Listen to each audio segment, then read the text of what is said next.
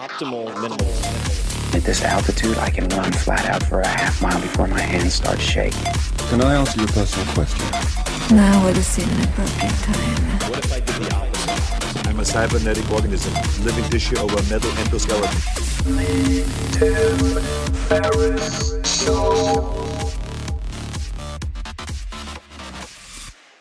This episode is brought to you by ButcherBox. ButcherBox makes it easy for you to get high-quality, humanely raised meat that you can trust. They deliver delicious 100% grass-fed, grass-finished beef, free-range organic chicken, heritage breed pork, and wild-caught seafood directly to your door. For me, in the past few weeks, I've cooked a ton of their salmon, as well as 2 delicious barbecue rib racks in the oven. Super simple. They were the most delicious pork ribs I've ever prepared, and my freezer is full of ButcherBox. When you become a member, you're joining a community focused on doing what's better for all. That means caring about the lives of animals, the livelihoods of farmers, treating our planet with respect, and enjoying better meals together. ButcherBox partners with folks, small farmers included, who believe in going above and beyond when it comes to caring for animals, the environment, and sustainability. And none of their meat is ever given antibiotics or added hormones.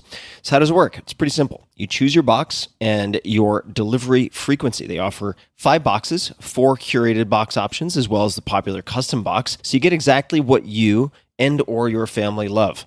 Box options and delivery frequencies can be customized to fit your needs. You can cancel at any time with no penalty. ButcherBox ships your order frozen for freshness and packed in an eco-friendly 100% recyclable box.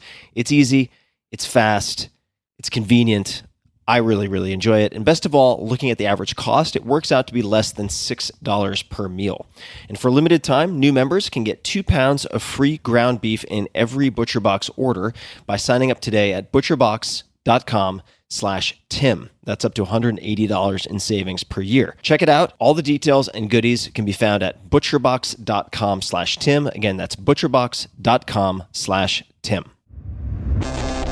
This episode is brought to you by AG1, the daily foundational nutritional supplement that supports whole body health. I do get asked a lot what I would take if I could only take one supplement. And the true answer is invariably AG1. It simply covers a ton of bases. I usually drink it in the mornings and frequently take their travel packs with me on the road. So what is AG1? AG1 is a science-driven formulation of vitamins, probiotics, and whole food sourced nutrients. In a single scoop, AG1 gives you support for the brain, gut, and immune system. So take ownership of your health and try AG1 today. You will get a free 1-year supply of vitamin D and 5 free AG1 travel packs with your first subscription purchase.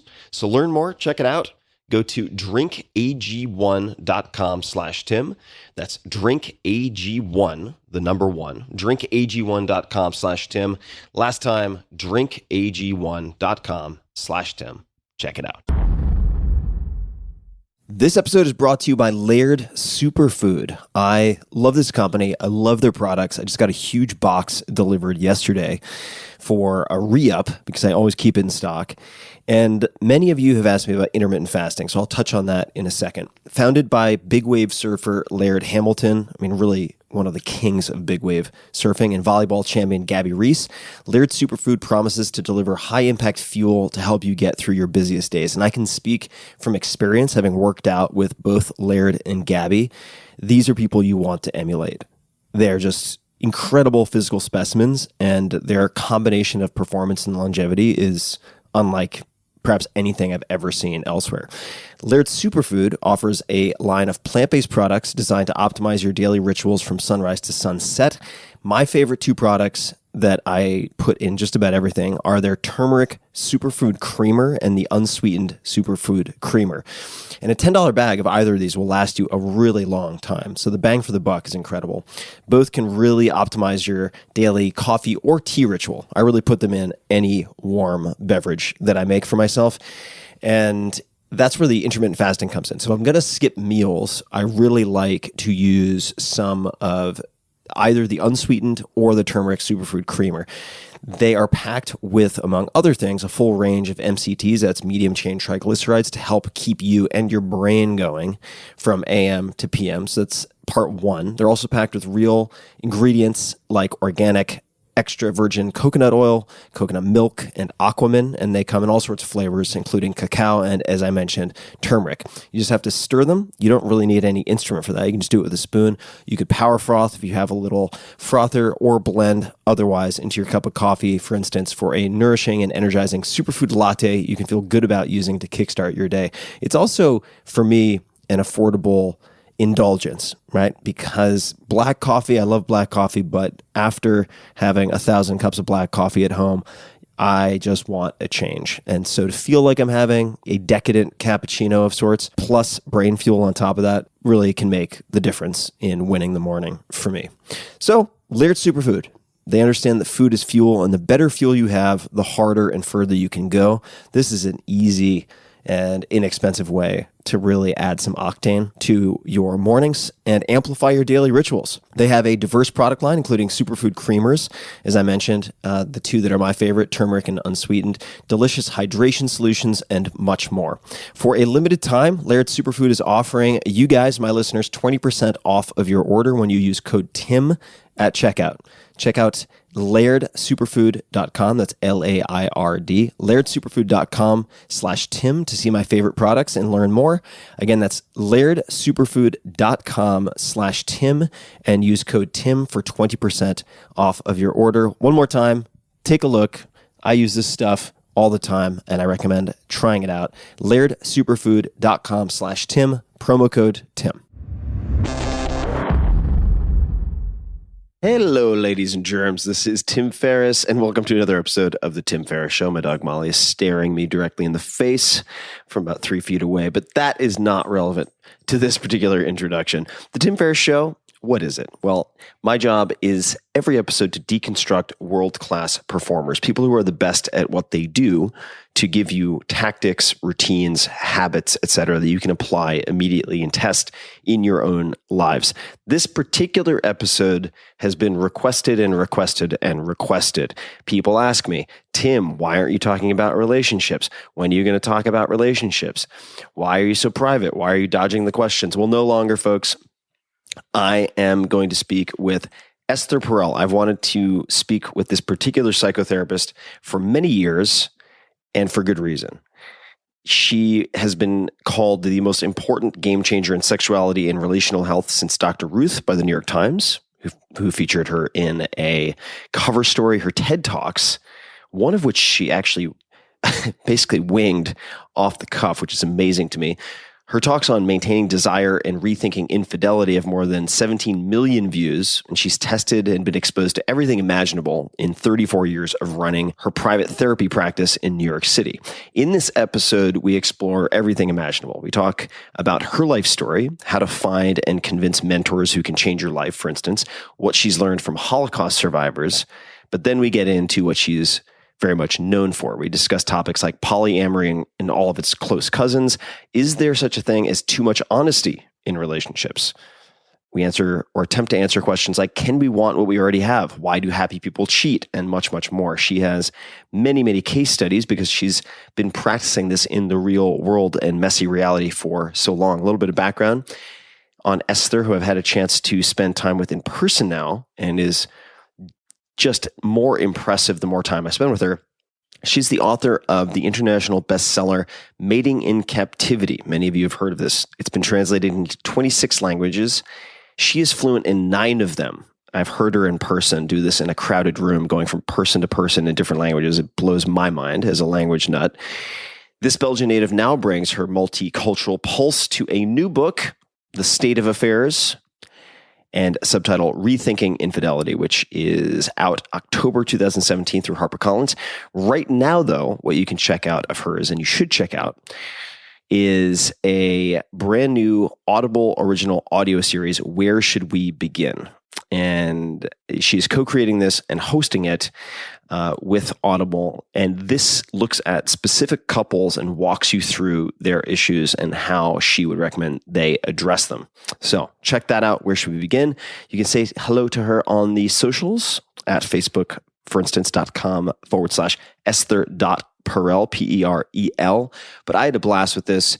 It's going to expose my my sensitive, vulnerable underbelly for those people who have been asking for all this relationship stuff. So feel free to ridicule me on the internet. Usually don't even have to ask. That just comes with this job that I've created for myself. So without further ado, please enjoy this wide-ranging conversation with Esther Perel. Esther, welcome to the show. Thank you. Hello. I am thrilled to finally have connected with you. And you have one of the hottest possible areas of expertise imaginable. And there's so many questions that I would like to ask and so many questions that my fans would like to ask. But I thought we could start with a bit of background. And if you could tell us just a bit about where you grew up and what your childhood was like, I think that'd be good as context to get us started. So I grew up in Antwerp, in Belgium, mostly. Antwerp is the Flemish part of Belgium. And I was there till I finished high school. I grew up I have a big brother who is 12 years older than me. So I was the young girl, and my parents, who were actually Polish refugees, who came to Belgium after the war. From Belgium, I moved to Jerusalem. And I studied at the Hebrew University in Jerusalem. And I lived there for almost 6 years. And then I came to Cambridge, Massachusetts, to finish my master's degree. And I really thought I was coming for 1 year to America. But that 1 year became 2 years in Cambridge. And then after that, I came to New York. And I thought I would do that for 1 year because I wanted to have the New York experience. And I never used my return ticket. And here I am.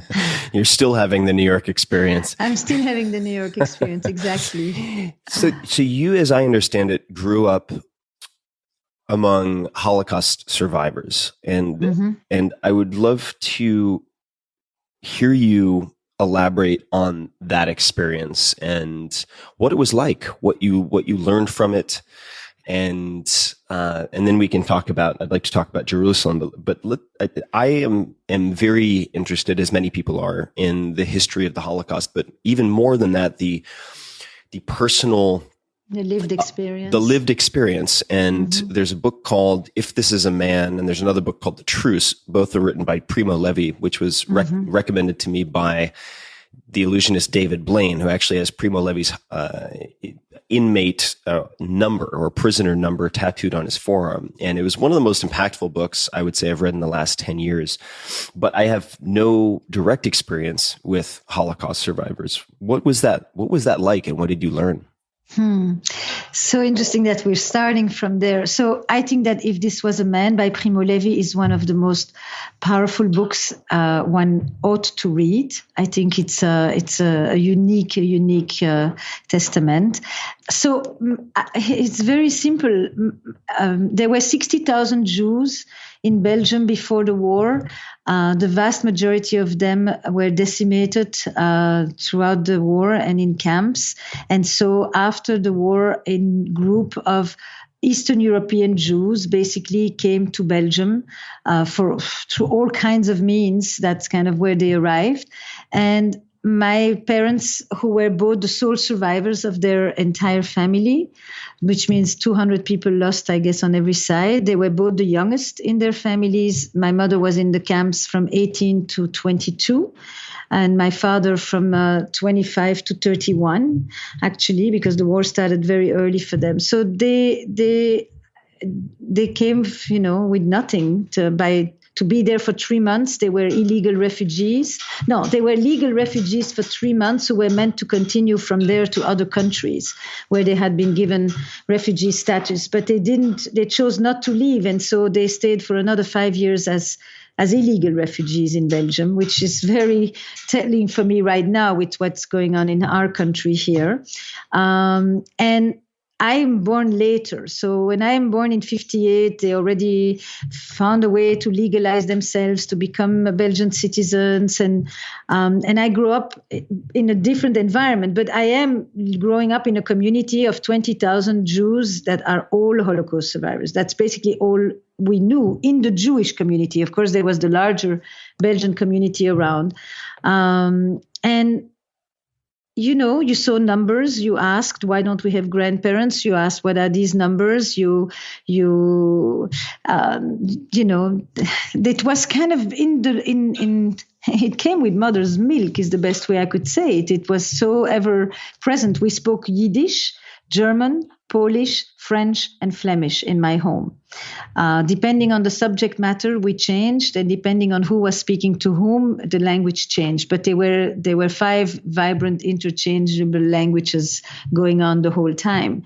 And if you can imagine that a language is a door to a world, then you can imagine how many worlds were coexisting at the same time that had nothing to do with each other, actually. I grew up above the store.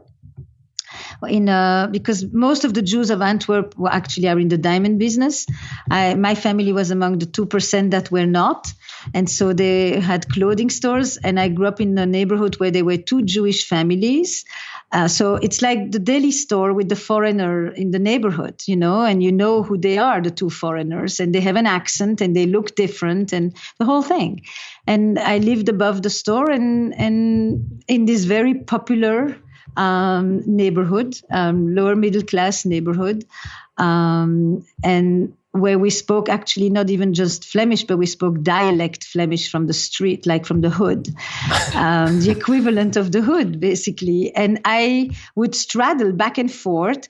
One of the ways I can describe it is my father, when he turned 50, had 2 birthday parties. One birthday party was for his Jewish survivor friends that took place in Yiddish and in Polish and with a lot of vodka. And one birthday party was with his Flemish friends, and that was in dialect and with a lot of beer.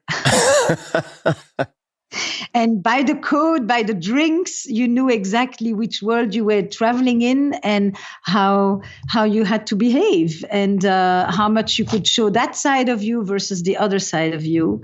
And there was a sense, I think, maybe more than anything, when you grow up in that kind of a community, you grow up with the notion of impermanence, that what is today could disappear any moment. I think that's probably one of the strongest experiences. You don't ever think that there is a notion of, what is now will be there tomorrow. You'd never know. And so you learn to adapt to that notion of impermanence, of insecurity, if you want. And my parents were bon vivant, they loved life. They didn't survive for nothing. They were going to enjoy at best. And as I have often said, they understood the erotic as an antidote to death. Okay. As in they knew how to keep themselves alive and enjoy. Not everybody was like that. You had very different kind of moods. They were storytellers. So people would come from everywhere and they would tell about their life and their experiences. And they were good storytellers, which means that they knew how to screen out and they could make you laugh, and they didn't make you completely tense when you would listen. And everybody wanted to know their stories. They were amazing, amazing, amazing stories of survival, of subversion. My dad was illiterate. He spoke 5 languages, but he was basically illiterate, and he was a grand human being, who had done a lot and had saved quantities of people. Because, I would say maybe the strongest value in that community, or not the strongest, but one of the very strong values. One was definitely decency, how you behave towards your fellow other people. And the other one was, how would you say that in English? To manage, to be street smart. To know to survive, basically, to find your way out of situations and to be able to survive. Survival was the central organizing experience of all these people. And then the second experience was revival. And I have so many different directions that I would love to take this, so I'll try to do it one at a time. Dialect Flemish from the hood. Could you give us any example of what street Flemish sounds like? Are there any? Ja, manneke. Moet ik dat eens even in Antwerps vertellen? So what did you just say? Yes, dude. Do you want me to say this in Antwerp dialect? How would you say "how are you" in what's up in? Got it? Say that one more time. Hoe gaat het? Oh boy, yes. I'll save my embarrassing rehearsal for when we meet in person. Ja, But- kunnen dat allemaal wel in het Antwerps klappen. En dat kan ik ook allemaal wel zo eens vertellen. Maar nu ga ik dat toch in het Engels even zeggen, hè? I think you might have just insulted my ancestors, but I'm not sure what just happened. I said I could say all of this in Antwerp dialect, but in order to be sure we all understand it, I'm going to tell my stories in English. That is a fantastic idea. So thank you for that. I love languages, so I just wanted to hear something that I'd never heard before. You mentioned that your parents were sole survivors in their families, if I heard you correctly. Mm-hmm. When you look at your parents, and I don't know if it was simply because of their age or other factors, but when you look at your parents, so that would be the primary focus. But at other soul survivors, what did they credit the survival to? Oh, that is a great question. I did get to ask them this question. So, my mother, she first spent 1 year in the woods at 18, running from farm to farm, hiding in the woods of Poland. And then she was so terrified that she actually surrendered by herself to a camp, to a labor camp, to a men's camp, because she thought, if I am in a camp, at least they probably will put me in the kitchens or in the laundry, and I could at least wake up every morning in the same place. My mother ended up going to 9 different labor camps. Now, labor camps were generally next door to the concentration camps, and as long as you could work, you were in a labor camp. And if you were not selected that morning for transport, then you could continue work. But the distinction is often a very narrow distinction. And my father was in 14 camps. And my mother definitely... So the rest of their families was either gassed in Treblinka or in Auschwitz, basically. His family in Auschwitz, her family in Treblinka. And my mother would say it was a combination of premonitions dreams. She was very, very superstitious, and she really believed her dreams that would tell her, tomorrow don't go there, tomorrow be a little bit late there, tomorrow make sure to have an extra layer of newspaper on your feet because it's going to be really, really cold. She had all these premonitions dreams of her father talking to her and things like that. And she will always say chance came first. My father too. I think ultimately both of them said chance came first. And then there was what you did with the chance that was given to you, right? And so there is always a mixture between choice and coincidence, choice and chance. And my mother said she always made sure that she was clean, that she was groomed, that she was mending her socks, that she maintained her humanity, that she didn't allow herself to become dehumanized and degraded the way that she was being treated by the Nazis. And my father, when we went to visit Auschwitz, actually ended up telling me a story of a Dutch convoy that arrived of women. And he somehow picked a woman out of the crowd, and he decided that he would help this woman. And basically, the next day they were shaven, and so he couldn't even recognize her. So he asked the capo, who is the other woman that he had noticed the day before? And they began some correspondence, which I have no idea how he wrote because he couldn't write. And I never bothered asking him who wrote for you. But he fell in love with this woman, and he just decided that there were certain things that the Germans couldn't take away from him. And that had to do with feelings and with love in the most dire of circumstances. And then he basically developed this black market in one of the camps where he was with his best friend, where they were for almost a year and a half, where he ended up feeding 60 young men who would otherwise not have had enough to eat and therefore to work and therefore to survive. And he ended up feeding the Nazis too. So when he got caught with those letters, one of the Germans basically sent him back to the factories and said, you're not staying in here. And factories meant you have 1 week to live, basically. And but he had been feeding the German guy so well that the guy said, I eat better when you work in the kitchens. And he put him back in the kitchen.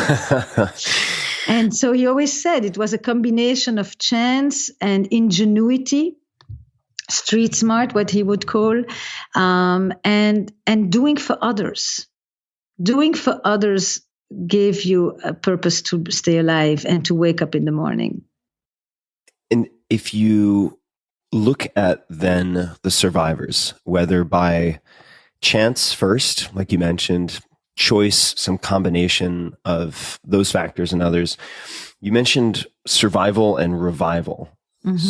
When you look at the survivors, who ended up being able to revive themselves and who did not?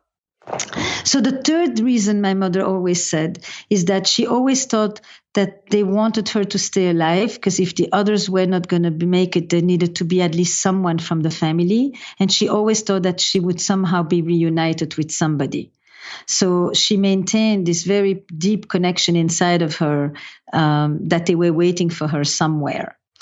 Then they realized that there was nobody. So it's an interesting question that I organized in my mind like this. And I organized it when I was actually writing Mating, my first book, Mating in Captivity. At the time, I had a conversation with my husband, who was working with survivors of torture and political violence. And I would ask him, when do you know that people come back? And what does it mean to come back, right?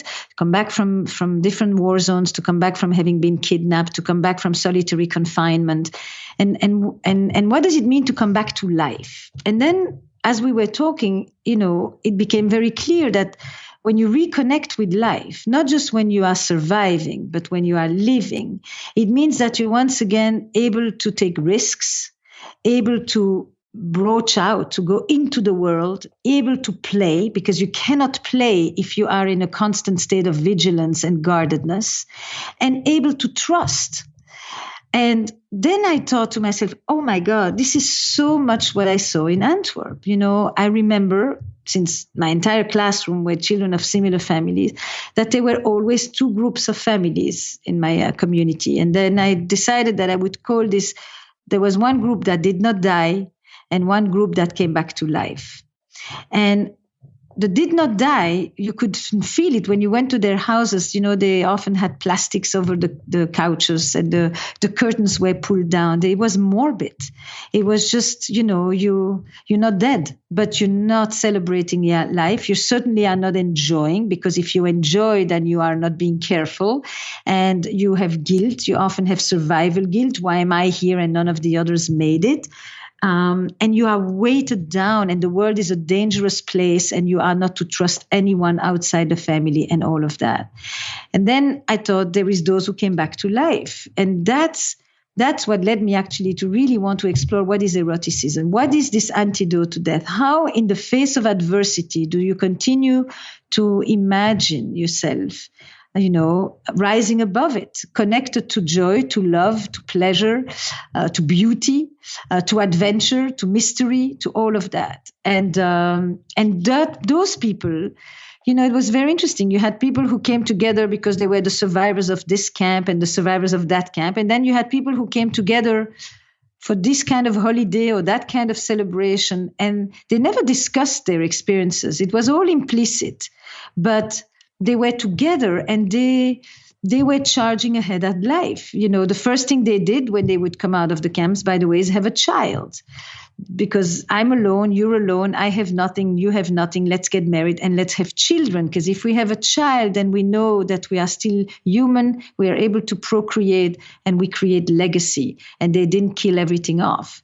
And so my parents, they planted trees in all kinds of places in the world. They put plaques in the memory of all the other people of their families. My mother at one point received $10,000 in the years in 99. She received $10,000 from one of the factories of slave labor. And then decades later, and she took the $10,000 and she went and planted an entire forest that had just burned, and she replanted a forest because it was like affirming life, and affirming aliveness with a sense of defiance. It didn't all die inside. And I think it's that energy, that life force that really, I think, defines, and this is true for my community, but I would apply this to any large-scale trauma that communities experience. I don't think it's unique.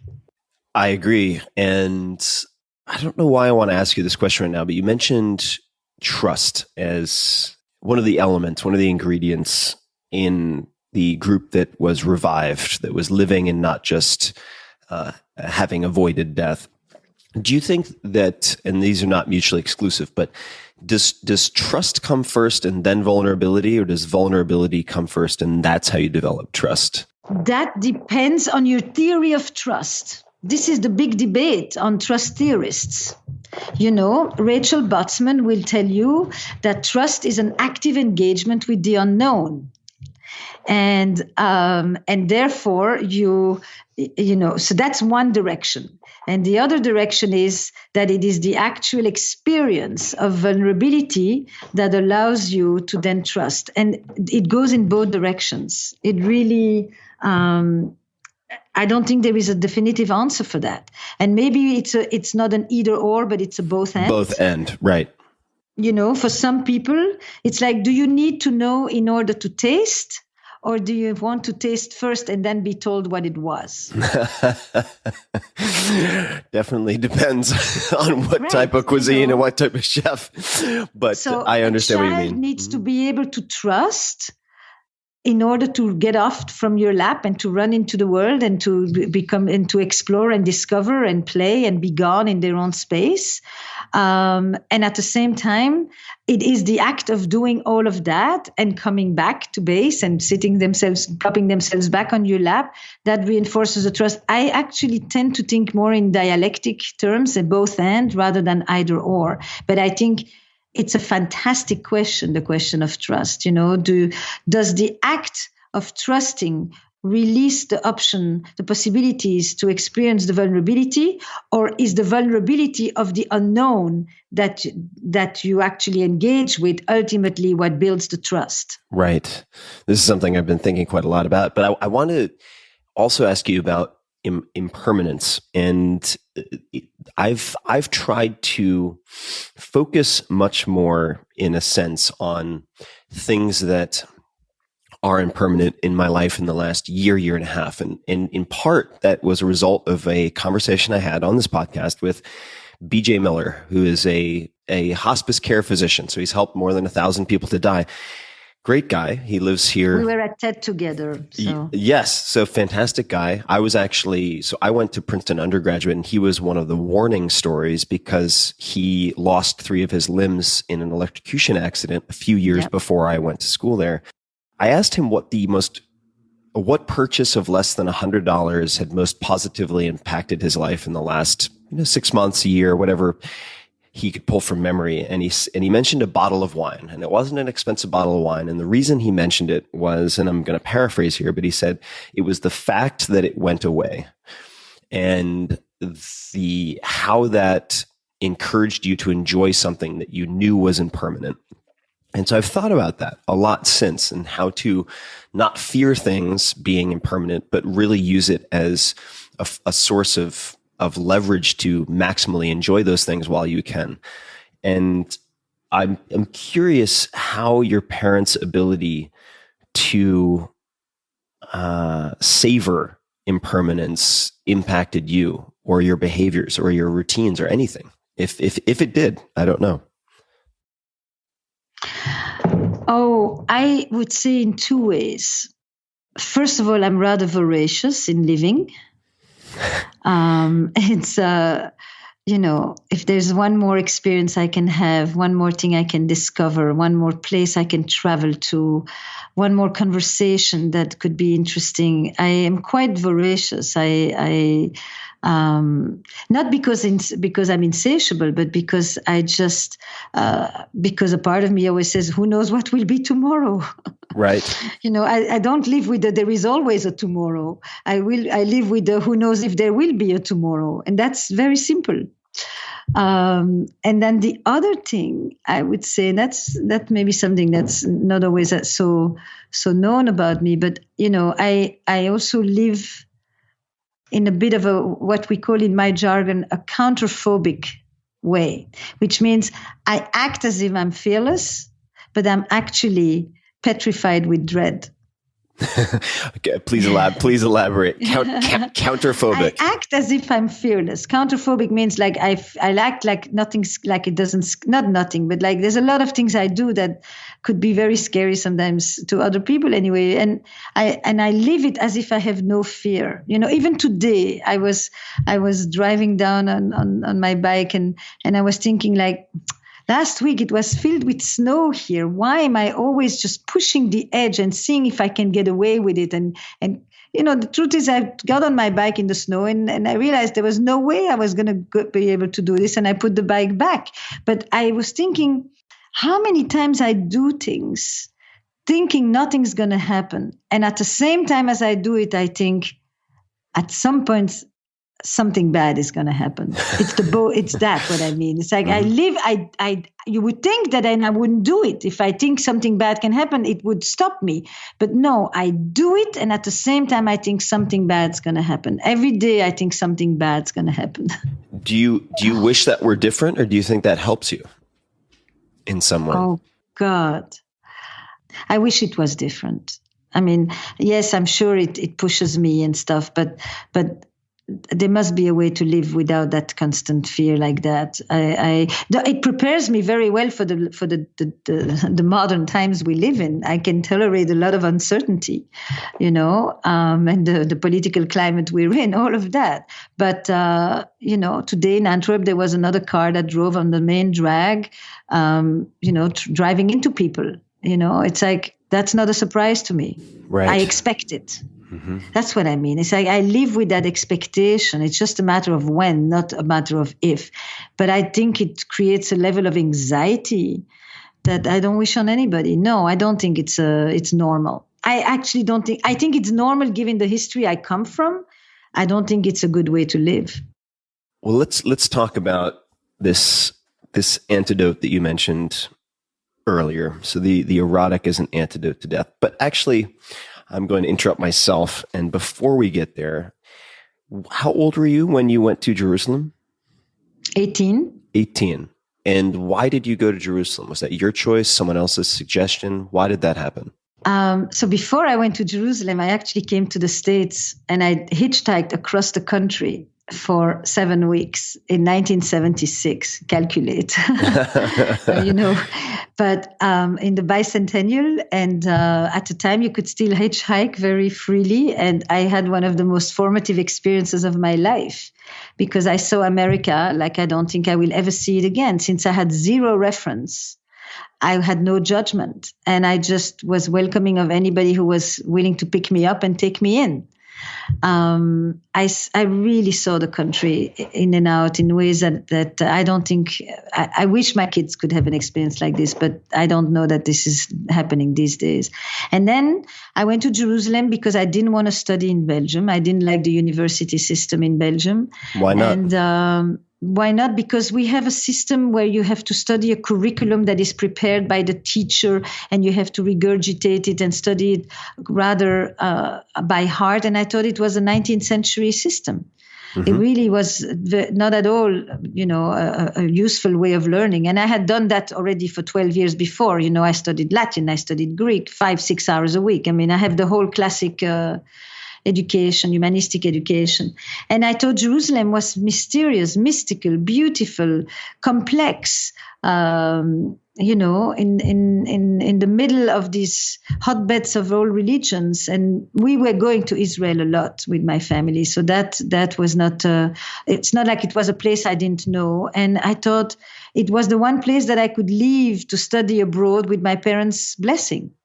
So it was very, very easy. It's like for them that, you know, you didn't come to study in America at that time, or, and I had a choice between, I was very passionate about theater, and my mother said, if you want to do theater, you stay in Belgium, and if you want to travel, then you have to go to university. I want you to have a structure. And I thought, if it's university, Hebrew University is a great university. The city is magnificent. And at the time, it was really a spectacular place. And it was much more open than it is now. And I thought, what an adventure. I mean, I didn't need much explanation at that time. It didn't make sense, and it made perfect sense.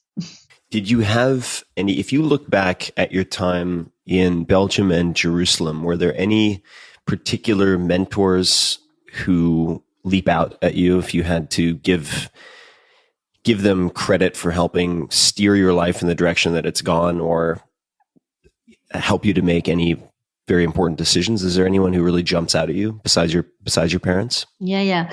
So it's interesting you're asking me today because I am going to Washington tomorrow to a big psychotherapy conference called the Psychotherapy Symposium. And I am doing an homage to my mentor, but the mentor from America who is 95. And I have been asked to be one of 3 people to be the person to thank him. So I'm in the midst of this experience right now. What am I going to say to one of the most influential teachers of my life? I would say in Jerusalem. We could also talk about that 95-year-old mentor. That's totally fine as well. Or both. Too. both. No, I mean, it's an interesting question. I am the product of mentorship. This is true throughout, from the Hebrew University to Cambridge, Massachusetts, to studying with Salvador Minuchin. That's the name of this mentor. I have been mentored pretty much throughout, but even in my adolescence through my theater teacher and dance teacher, mainly because my parents couldn't always help me with any of these things. They had zero reference to the world I lived in. I sought teachers. I sought mentors. I sought people who could help me integrate in Belgian life, who could help me, believe in myself as well, guide me. My brother was definitely one of them. And every book I read was recommended by him. But I am totally the product of mentorship. It's like I sought them out, one after the other. This man that I'm going to be commemorating tomorrow is alive, but Salvador Minuchin, who is one of the fathers of the field of systemic family therapy. How do you spell Salvador's last name? Minuchin, Minuchin. Got it, Minuchin. Thank you. Argentinian. I mean, you're anointed when you have studied with him. It's like studying with Freud, but a century later. And I knocked at his door. I arrived to New York. I was here. I knew I have a year to be in New York. I knocked at his door and I said, "Can I come and observe?" He looked at me like, "Who are you?" And that's the story I'm going to tell tomorrow. It's like at the time you could still knock at somebody's door and say, "I want to learn from you. You inspire me." And then he let me stay there 10 weeks. And then after 10 weeks, he said, "That's it. That's about as much as one can learn from observing. You can go now." And I said, No. I have to, please let me stay. That kind of thing. And then he always said, like, I entered through the window, So I actually want to, sorry to interrupt, but I want to dig a little deeper on that because I am constantly asked by... Well, I'm asked to mentor, which usually means unpaid consultant for life. So I don't often say yes to that. But the question of how should I approach mentors or how should I seek people out like Salvador and somewhat along the lines of your story, a little bit different, but I remember a professor who had a profound impact on me, Ed Shao, who was at Princeton and was a very eclectic character. It was similar in his appeal to me as Richard Feynman because they were so diverse in their interests. So he was a competitive figure skater, had taken several companies public, was the first computer science professor at Stanford because the person who was supposed to teach it didn't show up. And then the administration asked if anyone would volunteer, and he did. I was a congressman for a few terms, and I really wanted to be in his class, but I came back from overseas and I was late to apply to this class, which had become very, very popular, called high tech entrepreneurship. And so I went to the first class and I appealed to him and I said, "I'll sit on the floor. I'll clean the erasers. I'll do whatever's necessary. Can I just sit in on a few classes?" So it was a somewhat similar approach. But when people ask you, and I'm sure they do, how should I seek out mentors? How should I approach people I want to learn from? What advice would you give them? And maybe get any specifics from what you've done in the past? Did you just knock on the door of his classroom or was it his office? his classroom. I mean, I called. I said, I'm in New York, and so suggested that I come meet with you. I would love to learn with you. I had nothing, no credentials. I had no reason to be there. Could I please? No, it was like get my foot in the door. I like you. I would have done exactly what you did. I would have said, I'll do anything. I'll bring you coffee every morning. Can I just be here? Because I just needed my foot in the door. And then I thought, then I can start thinking, and now what? I admire the people who do that with me, I have to say. When they come and they fly and they write and they say, I've been reading you, and then they show me, not just I like you or I admire you, but also they say a few things that let me know that they get what I'm talking about. Mm-hmm. So I also feel deeply understood. And then I feel like, oh man, I was there. I was that 21-year-old, and I had no papers. I had no visa. I mean, I was, I came here with love and fresh water, really. And I just, that's what I mean, street smart. It's like, refugee, go for it, knock at the doors. And if they say no, come back again. If at the third time, if you don't act crazy, they will understand that you are deeply motivated. And if you do it with somebody who did it too. That if you don't act crazy is a really important bolded part of that sentence. It's very. Yeah, you have to be really, you're not a cuckoo. You're not like just some loose screw, but you really show that I see you and I want your trajectory, or I want to learn from your trajectory. After 10 weeks, when he said, you're out, I said, please, he said, you can be a fly on the wall. And I said, fine, I'll be a fly on the wall. I will melt in the wall. Let me be as invisible as can be. And then one day there was a couple that was there, a family, and it was actually a Holocaust survivor family working with the therapist behind the one-way mirror. That's how we were learning at the time. And then suddenly he looks at me and he says, you there in the back, don't you know something about this? And he said, what would you do? And and then I've spouted something out. And then he says, that's an interesting thought. Go tell them. And he literally sends me to the other side of the mirror into the session, And I thought, oh, I'm no longer invisible. I exist. And and that was the beginning. Then I worked with him for the next 4 years. That's amazing. So chutzpah is the word in Yiddish. Oh, yes. Chutzpah. Chutzpah. People need good, healthy, creative, imaginative chutzpah. Yeah, I need more chutzpah. I'm not saying it correctly, and less. Yeah, you're what saying is it perfectly well. Less Michigas, right? Is that Michigas? Yes, exactly. Less crazy, but another, I think that mentors, I agree that sometimes it's kind of a consultant gig for life, but sometimes it's just, you must have had authors or books or musicians, those that you read when you were young that kind of really shaped you. And it's a very strange thing when suddenly you become a shaping force in someone else's life. For some reason, you speak to them. And I am always curious, why me? Like, what is it that I say? Because other people talk about some of these things that touches you, that you would want to come here from faraway countries just to meet with me. And on occasion, I'll go and have a cup of coffee with these people or, a glass of wine. I have responded more than once just by the way they write the letter. It's all in how they write that mail to me. I can't explain, it's no logic. Are there any key ingredients that you can think of? I'll share from my side as well. So one of the things that, and I mean, we both get, I'm sure, a lot more inbound than we could possibly ever respond to. But one of the things that I would say, certainly it can't be 10 pages long, but that's obvious. I would say that very often people think that it is a form of optimism that'll be rewarded if they end with, and I look forward to your favorable response, or how about next Tuesday? And I'm not personally someone who generally responds to that very well.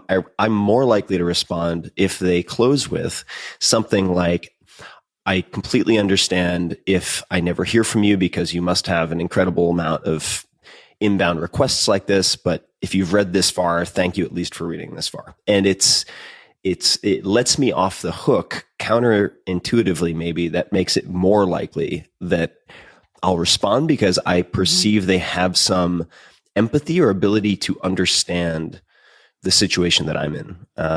So that would be one contributing ingredient for me.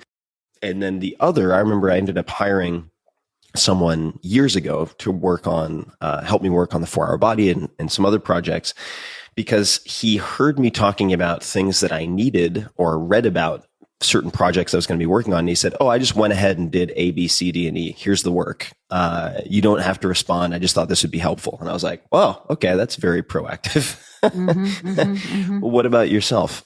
Yes, it's a combination. I mean, what you just described for me, it's a combination between boldness and humility. Right.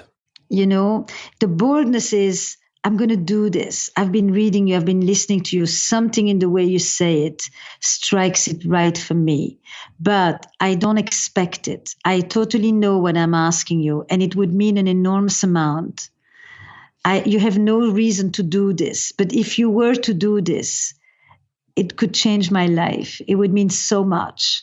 And it's not so much that I can say no or yes. It's that they really understand the vulnerability of the request. You feel that they are prepared for you to say no.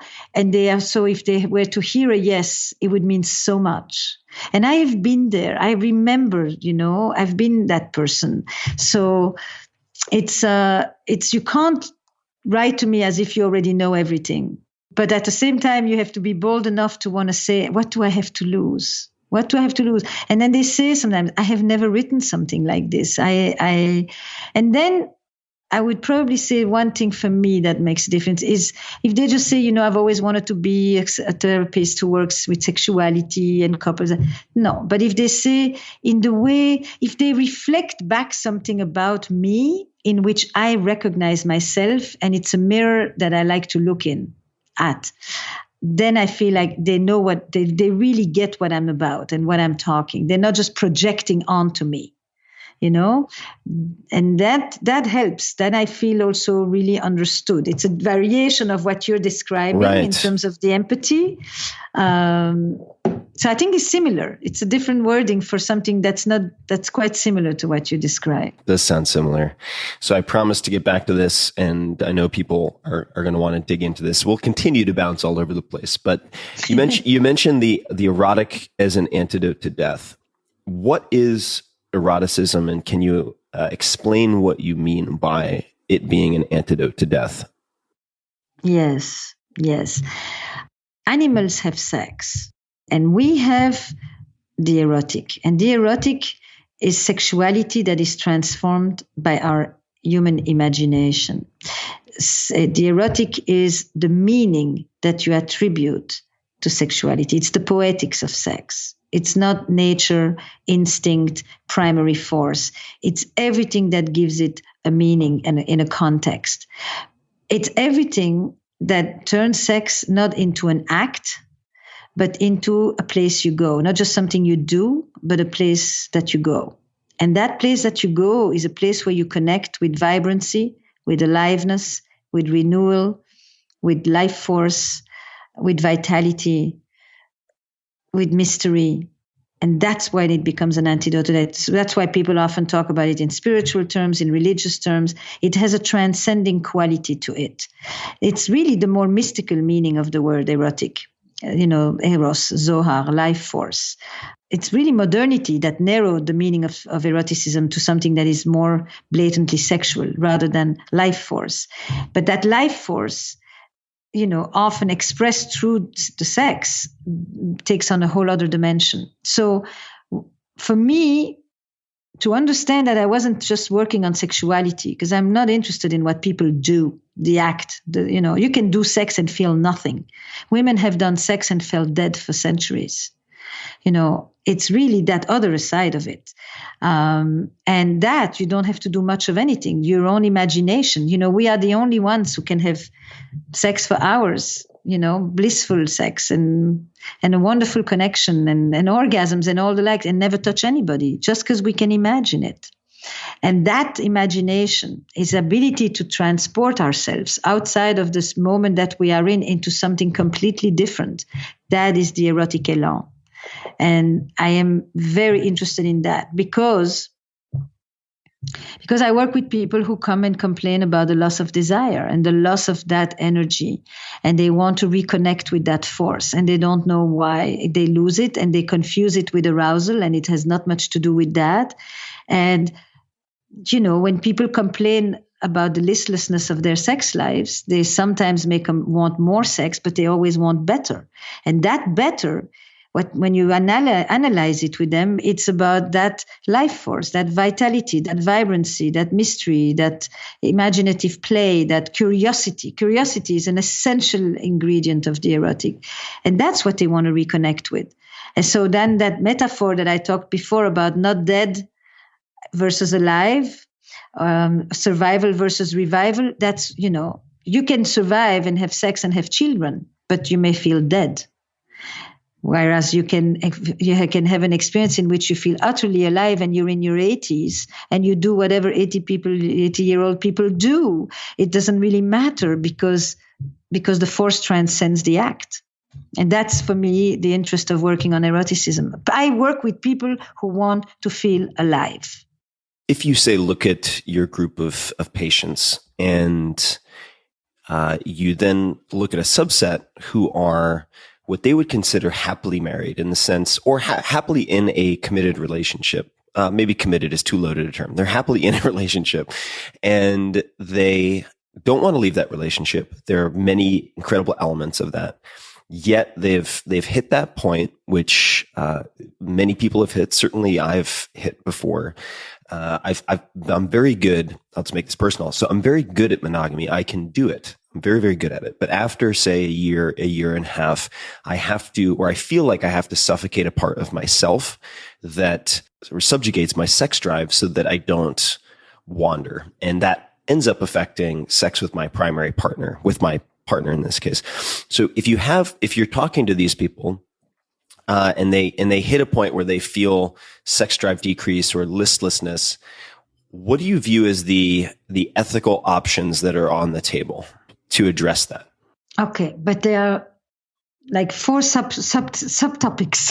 Yes, no, exactly. There's a lot of that. That was probably far too complex a question, but I suppose making it personal is leading me to do that. No.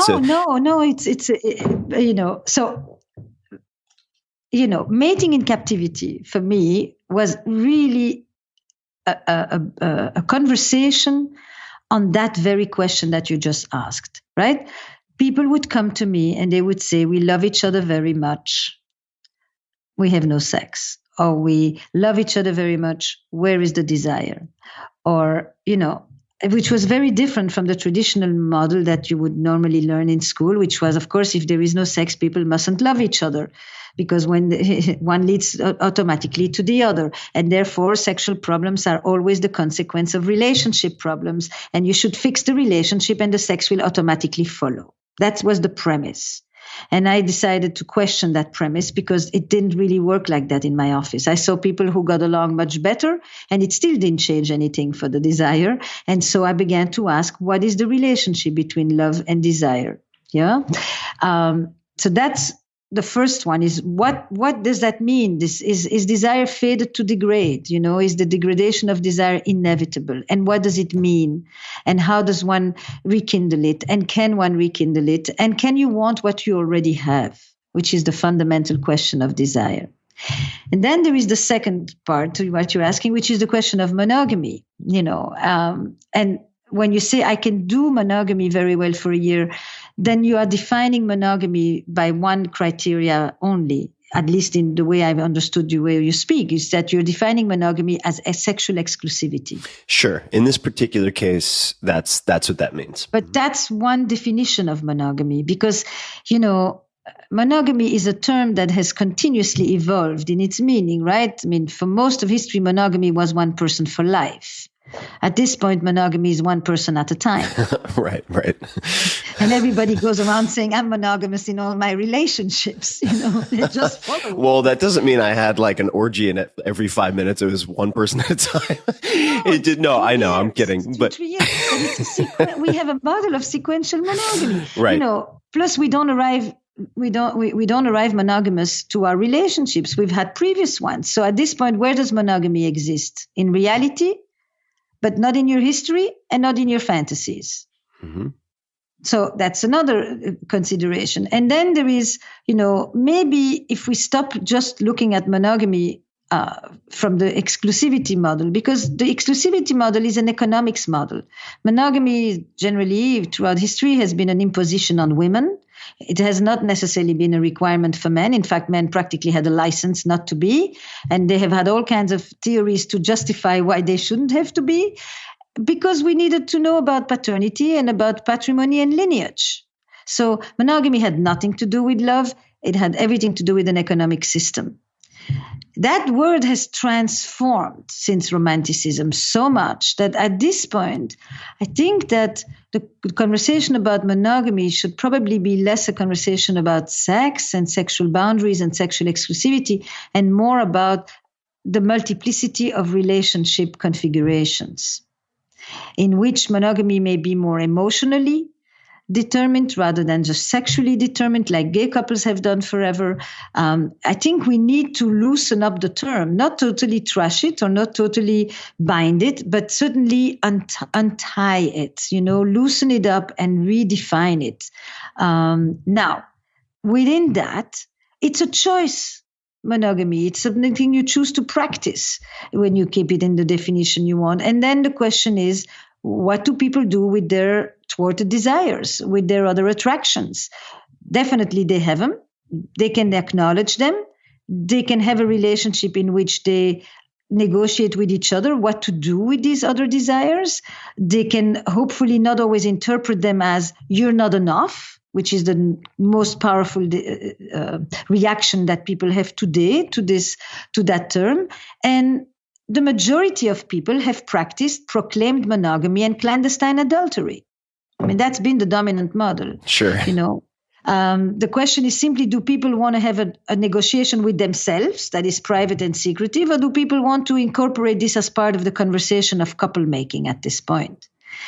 We're not meant to have desire for one person for life, for 60 years. That is not how we were conceived, neither were we ever conceived of having 60-year relationships with the same person either, for that matter. So we are left with a host of new questions about the nature of erotic desire, given, first of all, that until very recently, we didn't have sex in relationships just because of a desire. We had it for procreation, and generally for women, it was a marital duty. So sex that is rooted in free will, for pleasure and connection, just because we want it, and with you, and hopefully at the same time, and so forth, is a very new model.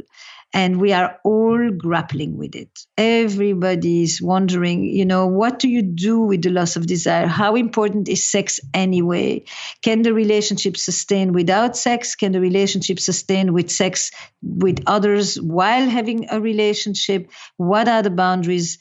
I mean, this is the conversation of modern love. One of them, anyway. There's a few, but this is one of the dominant conversation of modern love. So I don't know if I've answered you, but I hope I've kind of highlighted some of the flashpoints. No, you have, and I think we can. I mean, we've got the time, so we're going to keep going. I have. So you mentioned, and I think this is a very important observation, that adultery used to threaten economic stability. Now it threatens more so emotional stability, although in some senses, certainly if you're within the legal construct of marriage, there can be economic ramifications, certainly. And I'm going to bring it home to San Francisco for a second. So I live in San Francisco. That's home base.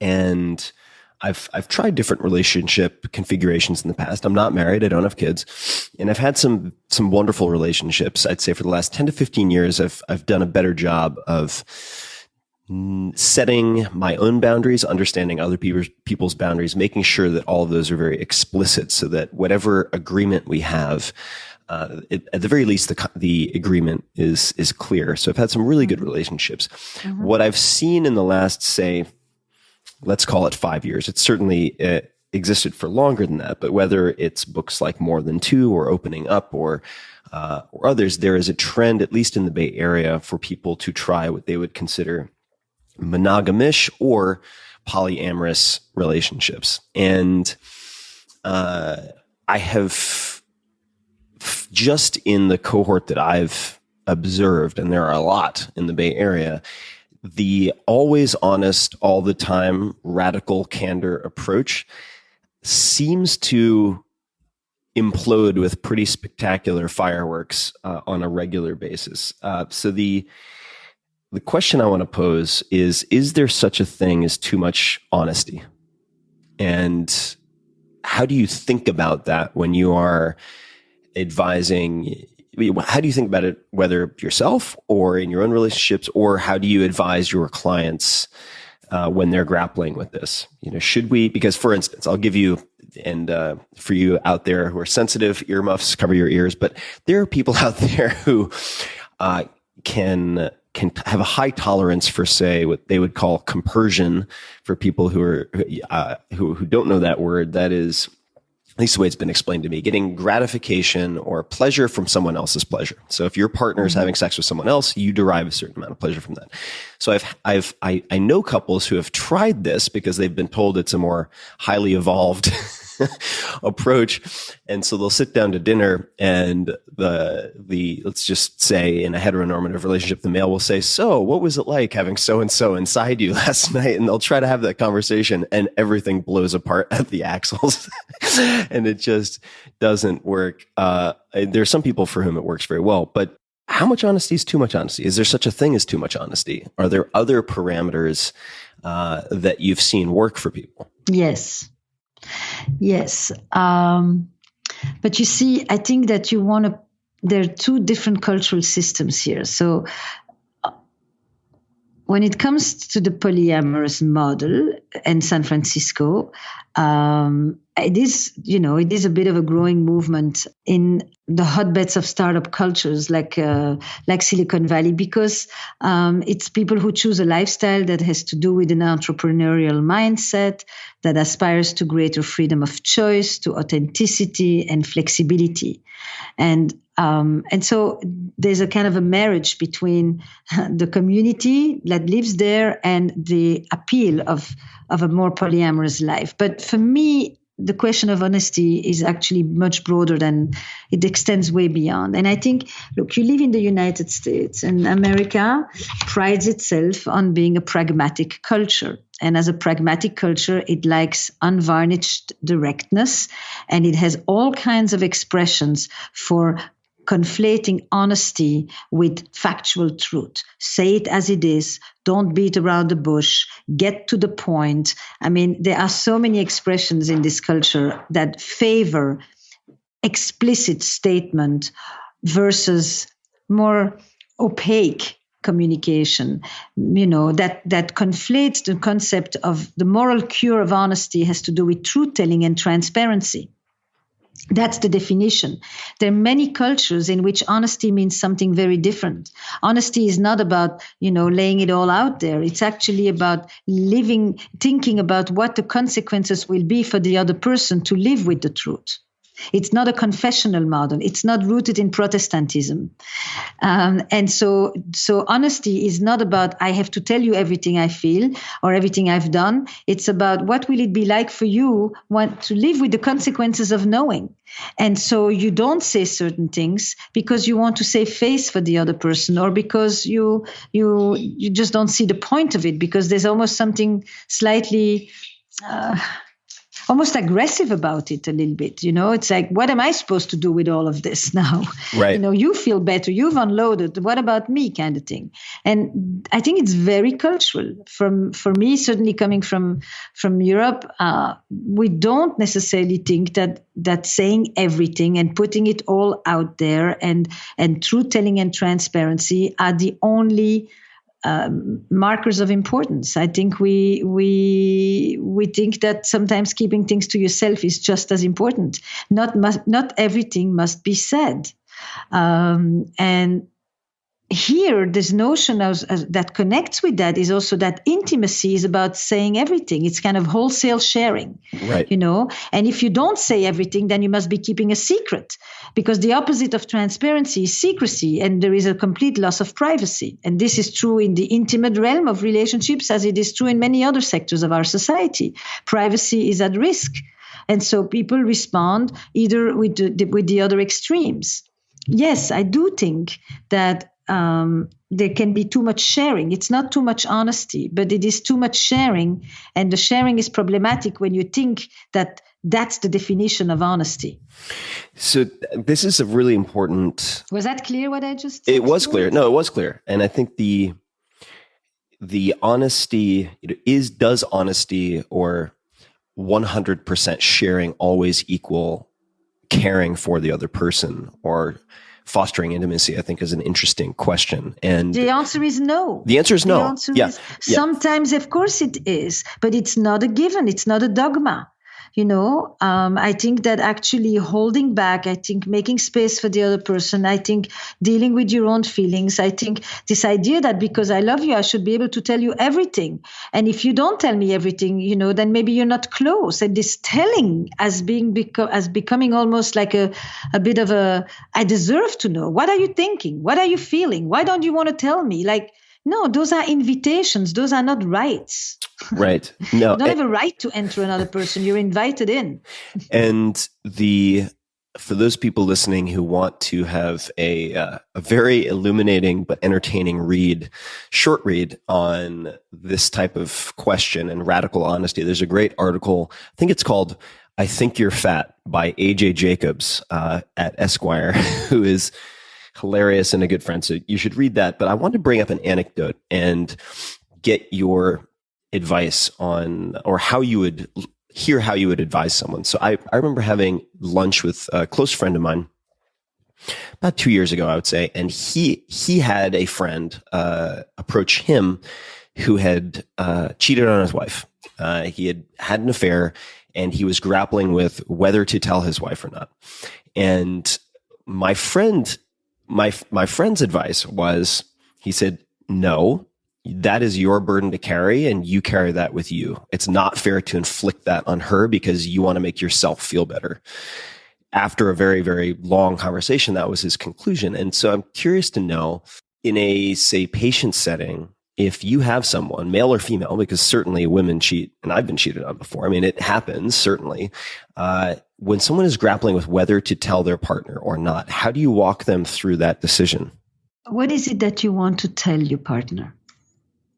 What is it that you want to tell? You want to tell that you fell in love with someone else? You want to tell that you realized in having a fling with someone else how much you loved her or him? You realize that you have been lying to yourself all these years. You realize that it's time to get back into gear because you've become lazy and complacent.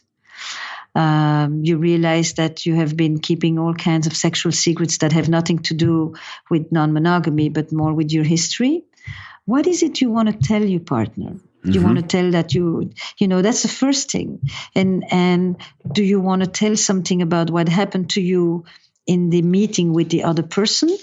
Do you want to tell what that meeting with the other person made you think about your life?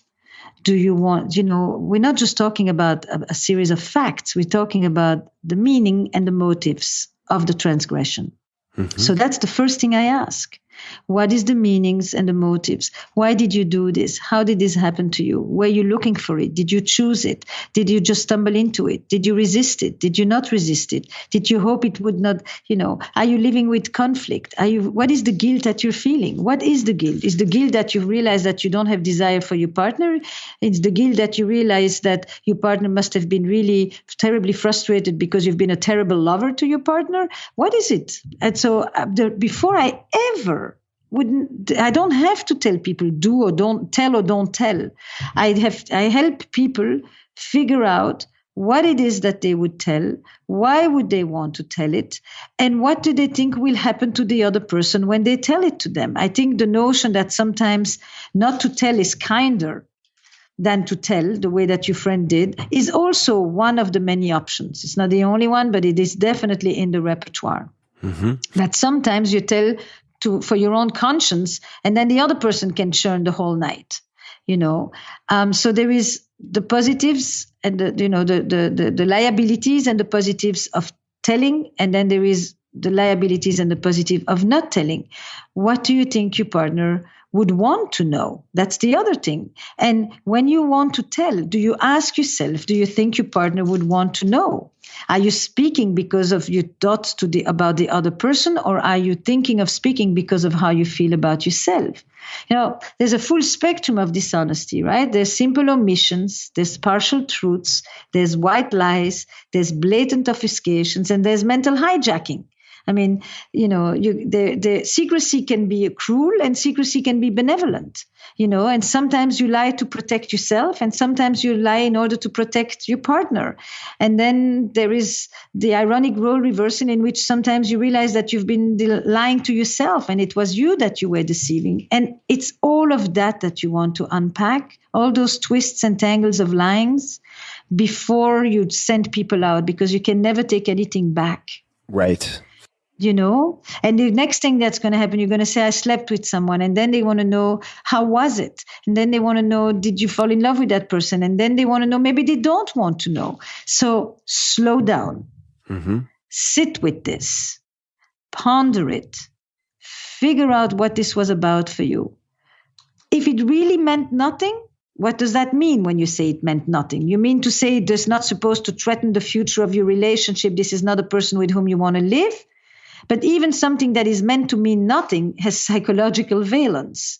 So, there's a lot of effort goes into making something not mean anything, paradoxically. For sure. So, sit with that. And I will sit with you for whatever time it takes till we figure this out. And then maybe we'll write a letter. You're not just going to go there and sit. Yeah. And we write a letter, and you're first going to handwrite that letter, and you're going to get your first version out, which you probably won't send, in which you just cleanse your soul. You do your own conscience cleaning. And the next letter will be the one in which you're less thinking about you and more thinking about your partner and your relationship. That's the steps. No, that's very smart. The next question I'd want to ask, which is actually from the audience, do you think it's possible for a partner in a non-monogamous marriage, could be relationship, to get over the fear of being left by opening that door? I think this is a very common question, because maybe one person is more enthusiastic or feels the need for some form of non-monogamy, meaning sexual monogamy, than the other, or they're both open to it, but they haven't experimented or experienced this for an extended period of time, or maybe they have and they've been burned. Do you think it's possible for someone to get over that fear of being left by opening that door? And what are some of the strategies or coping mechanisms, if so? But what if I told you that the person who experiences that fear more openly and is able to say, for me, this triggers the fear of losing you altogether, is actually experiencing a lesser fear than the one who is wanting to have other partners? Could you say that again, please? Yes. See, couples have a setup, right? In a setup, every couple has a setup. It's an organization, right? In every couple, you will often find one person who is more in touch with the fear of losing the other, and one person who is more in touch with the fear of losing themselves. One person more in touch with the fear of abandonment, and one person more in touch with the fear of suffocation. And that tells you which is the one that is more interested sometimes in experiencing open boundaries and non-monogamy, or non-exclusiveness anyway. But the person who wants the open relationship presents as the one who doesn't have the fear of abandonment. I see what you're saying. But that doesn't mean that their strategy isn't in fact one that is meant to address an even bigger fear of abandonment than the other. It's just that in this relationship, the other one is the one who gets to fill the quota. Okay. For that fear. Sure. Okay. Mm-hmm. You understand? Couples have complementary systems. So I don't, at face value, would believe that the one who says, I'm afraid to lose you, is the only one with that fear. I believe we all have it, but I believe that the one who expresses it in the couple isn't always the one for whom it is actually the most intense. Sure. I agree with that. That's the secret of a lot of relationships. No, I agree. Agree. You understand? The person who gets to voice it is actually sometimes only voicing a fear that the other one doesn't even voice. Oh, no, I agree. Mm-hmm. Okay. Well, that said, I think it really depends. It depends. I would not have a set answer for this. There are plenty of people who at first felt very scared and then have learned to trust differently and have learned to understand that their partner really comes back to them. And in fact, the more they feel free, the more they want to come back to them. And they really have learned to trust that. And then there are others for whom it's excruciating. It just feels either a replay from childhood, either a sense that they're not enough because they have really the notion that you would need more than me and that I can't fill all your needs. It's very, very painful to them. And they bought into that idea very powerfully. Sometimes there is the sense that, you allow yourself something that I don't. Why can't you stop yourself? There are other things that I don't get and I don't go and get them elsewhere. Compromise should be a part of what both of us do in the name of our relationship. I've seen it go both ways. I've seen people for whom it really became a way to live that they never knew existed. And I've seen people for whom this is just not the way they want to live. They don't want that fear. They don't want to remember every time their parents went out that they didn't know if they were coming back. They don't want that notion of what if you will fall in love somewhere else, which of course in and of itself would happen no matter what. That threat is always there. That reality is part of any couple. But somehow I don't want to have to know it with such vividness. Mm-hmm. Or because I feel that there is something lacking in me, or I feel my own insecurities, and therefore every time you go, my insecurities get awakened. It's a complex system. I would just say that it generally works better when both people are from the same tribe. Mm-hmm. When both people have that same curiosity, when both people experience the fluidity as something that is additive and not something that's an anxiolytic, then it becomes an enhancing experience rather than a dreadful experience each time. It's very complicated when one person says to the other, I really want this. And the other one says, this is hell for me. I can't live with this. Mm-hmm. And there's very little flexibility sometimes in that system because both people feel it very intensely, and more than one relationship has had to end on that basis. So what I'd like to ask following up on that, because I think this question is, and I'm going to stop hedging all my comments. So obviously everybody listening to this, there are a million different ways to organize relationship and a million different sort of combinatorial approaches to it, right? Whether it's homosexual, heterosexual, unisexual, I have no idea. You're right. There are a million different ways to go about it. So I'm just going to assume for the sake of simplicity that a lot of people are in heterosexual relationships.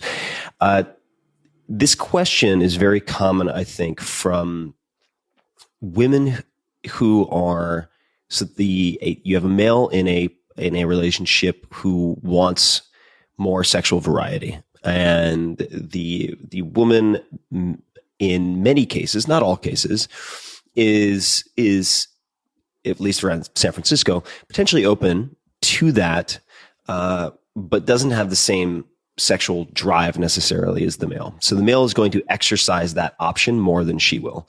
And that leads to, or contributes to, perhaps fostering some degree of insecurity. If he's going to be seeing X number of other people and I am not seeing Y number equivalent of people, then the likelihood of him disappearing is higher. And remember I was told once by someone, they said, well, no one can take the person you're meant to be with. Now, the way that the context in which that was provided was to underscore the fact that, like you said, whether you're married, not married, in a relationship, have an explicit agreement or not, the potential and the risk for digression or meeting someone else is always there. But I guess the fuel on the fire here is that when you explicitly give someone the option, the fear is that it's more likely to happen. And that's just more of an observation. I wanted to mention two things that I've been very curious about recently that seem, at least in the group that I've observed, to work pretty well, even though I think they are, at least one of them is viewed as pretty unfashionable. And so I wanted to get your take on it. So the first one is an arrangement, and this I've only heard once, but I thought it was very clever.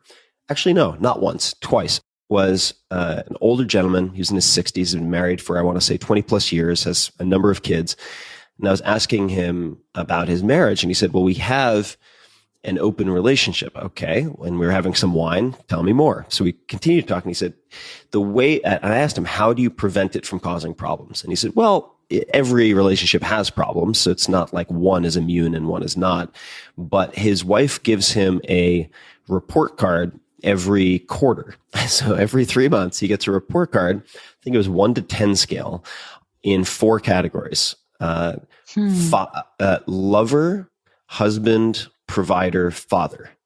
And he's allowed to have a low score in any one of those as long as his average is high enough. So they agreed on what his average had to be. So he might, say, be overseas for a period of time on business trips, and he might also sleep with other women. So he's going to get a low lover score, a high provider score, and then the other two are sort of up for debate. But I found that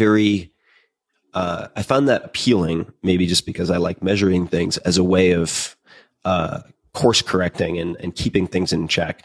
The second, which I'd particularly like your thoughts on, although we can go anywhere with this, is that looking at maybe a contrast to the tell me everything, I'll tell you everything breed of polyamorous relationships where radical honesty is an underlying tenet. I've run into more than a few people who effectively have a don't ask, don't tell policy. And it doesn't pain me to say it, but I suspect I'll get a decent amount of backlash from my audience.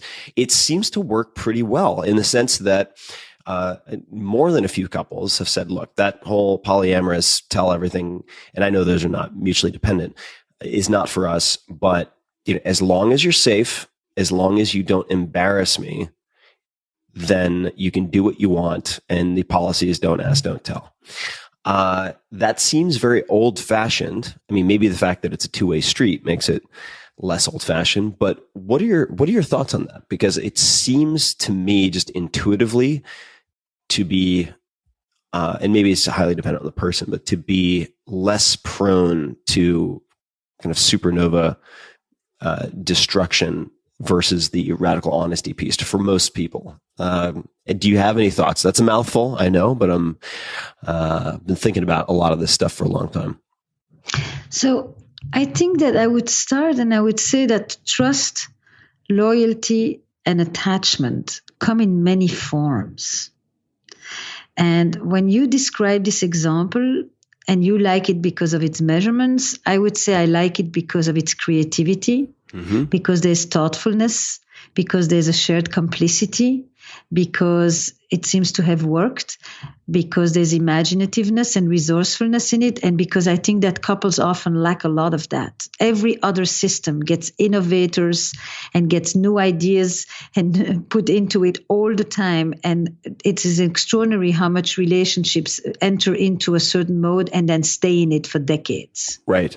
So anything where I see couples coming up with their own imaginative solutions to various situations and then be flexible about it and review it and change it, to me is great. That's it. I think that unfortunately coupledom does not benefit from the same innovative spirit that every other company and entrepreneurial space these days gets to benefit. There isn't one model fits all.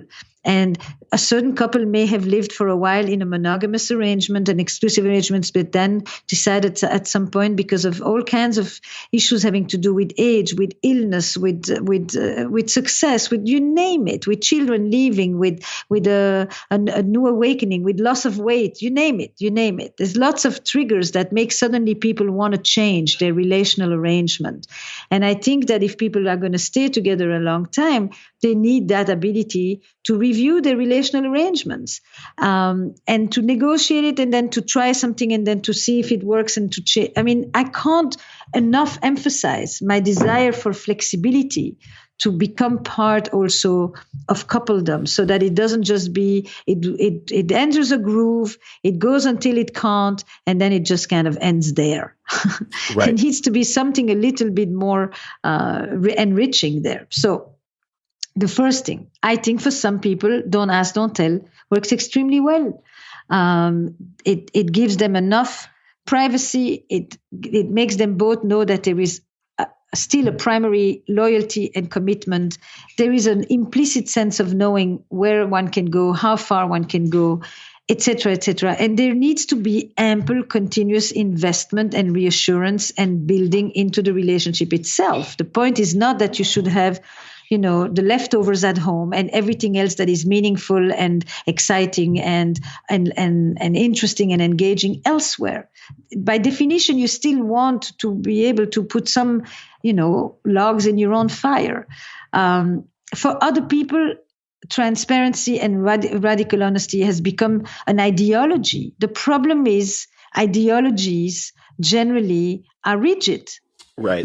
They don't lend themselves to being adaptive and fluid to what's in front of you. It becomes a matter of principle rather than a matter of what makes sense. I may be a little bit, of the school still where does it make sense? Just does it work? I don't care if it's true or if it's right. Does it work? Is it decent? Is it caring? Is it warm? Has it been adapted? Does it fit both people? Those are the criteria as you go back and forth, like kaleidoscopic, not just like two ideas, For many people, the notion of radical honesty, transparency, truth-telling, authenticity, those have become the values of the economy of today, and so is it in the economy of the home. We want experience, we want purposeful, transformative, experiences. We want them at home, we want them at work, everywhere. For other people, home is a different thing. And home is meant to satisfy other needs, etc., etc. And there is a segmentation that is accepted. We share these kind of things. We share other things with other people. And to me, it's really a matter of, does it fit this particular couple? Does it work for them? Or is there one person who is quietly hurting over a long time and kind of giving in, but there's a power dynamic, because the word we haven't used is that in all these negotiations, there is an element of power. There is power when you bring in other people. There is power when you feel that the other person can leave you. There is power when you have faced with the hurt of a person who is constraining you. There is a dynamic of power in all of these issues. And the question is there an equity in the decision making? Do both people feel that they have equal power in their ability to say what works for them? In this instance that you describe, what's beautiful is you feel like, whatever he does, she gets to evaluate him. And so the evaluation is power. It's authority. Right. In a good sense of the word, I use the word power. And so they are calibrating power. You get to do things, but I don't want to have to suffer because of it. I want to know that I still get the primary goods. I want to know that I come first. And so, you want to go play, but don't play on my behalf and don't play on my account. I don't want a devaluation of our assets because you are accruing other revenues somewhere else, and they play with this. And so for this couple, to me, I'm putting my script onto it, but when I listen to the description, I'm looking at what is the power distribution, because the power is the sovereignty, the power is the dignity of this. Otherwise, all these things become not power, but power maneuvers. And that's a whole other thing. And that has nothing to do with just sex alone. These Sure. things take place every relationship is a power dynamic. I think that has to be laid out first. Inside of that, we can come up with so many different arrangements that people will live for a while and then switch. I want to just say that. I would say that to the polyamory people as well. I mean, it's like,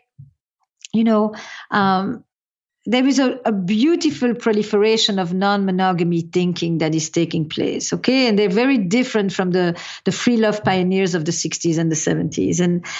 But then, of course, many of those people are the children of the divorced and the disillusioned. And they're not rebelling against commitment per se, but they're looking for more realistic ways to make their vows last. And they've concluded that includes other lovers. And I think that the form can vary enormously. You can have occasional hall passes. You can have swingers who play with others. You can have established threesomes, foursomes, complex polyamorous networks. All of these things have one purpose: to reconfigure love and family life, which we have done from time immemorial. Right. No, and your comment on power reminded me of, I think it was Oscar Wilde said, everything in the world is about sex except sex. Sex is about power. Yes.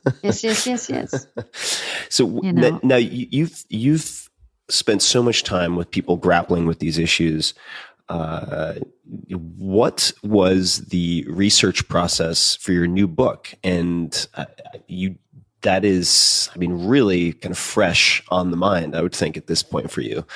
What was the drive behind, why do another book, and what was the research process like? So, Mating in Captivity looked at the dilemmas of desire inside the relationships, and The State of Affairs, which is my new book, looks at what happens when desire goes looking elsewhere. And I had gone to 20 countries on book tour for mating, and in many places, the only chapter people wanted to talk about was The Shadow of the Third, the chapter on monogamy, which was only one chapter in that whole book. And I thought, there's no way that I can do a thorough study of desire without looking at desire that goes wandering. What is roaming desire like? What is the power of transgression? Why is the forbidden so erotic? What is this thing called adultery, which has been historically condemned and universally practiced? And so seriously, it's like, and so it took me a while. This is 10 years since I wrote Mating in Captivity. I take a long time to think, and I only write if I feel I have something to say. And something to say means that I want to change the conversation on the subject. I don't want to just add one or two thoughts. I want to really frame the conversation. I want to take something and make a cultural shift around it. So for the past 6 years, I began to travel the globe and have conversations about the subject of infidelity, transgression, thrusts, love affairs, fuck buddies, betrayal, trauma, lying, deception, cheating, gaslighting from both sides. Wait, what is gaslighting? I've heard this expression before, and I don't know what it is. Is when I say, I know you are seeing somebody else. I know it. I feel it. Or and you say, no, you're crazy. This is because of what your father did to you. You're just paranoid. I see. And you literally destroy the coherence of my reality. Got it. Okay. It's when you're accused of something, you turn it around and then sort of fracture someone else. But you also literally begin to make me feel like I have no longer a grasp on reality. I see. Got it. It's a real mental torture. Mm-hmm. It's not just that you're denying, it's that you're also saying, is what's wrong with me that I'm thinking this? And then you basically make me doubt myself. And you make me doubt that when I think the tea is hot, it's actually hot. I no longer know to trust the world that I live in, my perceptions, my thoughts, my feelings. And that becomes an internal breakdown. It drives people crazy. It's really cruel, actually. It's a very common, but it's a cruel thing to do. And I saw, I'm 34 years a couples therapist. I have a fascination for couples. I work in 7 languages. I can take them from all over the world. And I began to only see couples who have been affected by infidelity in one variation or another. I also did a TED talk en passant, which has 7.5 million people in a year or two. And I thought, okay, I've got 1,500 letters. I thought, my God, I'm a walking confessional.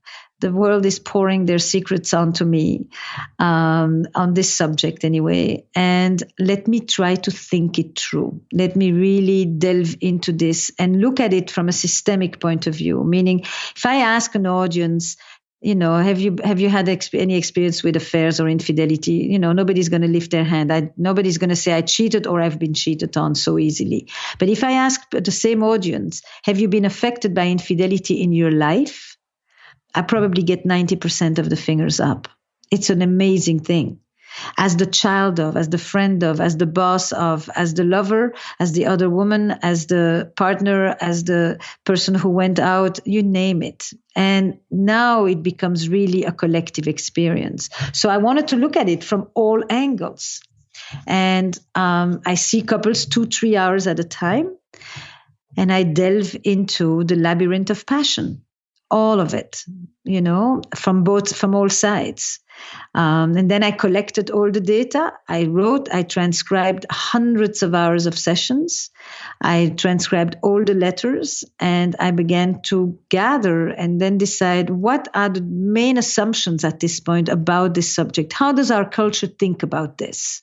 Because no matter... And by the way, infidelity happens in polyamorous couples too. The fact that you get an open license doesn't prevent people from climbing the fence.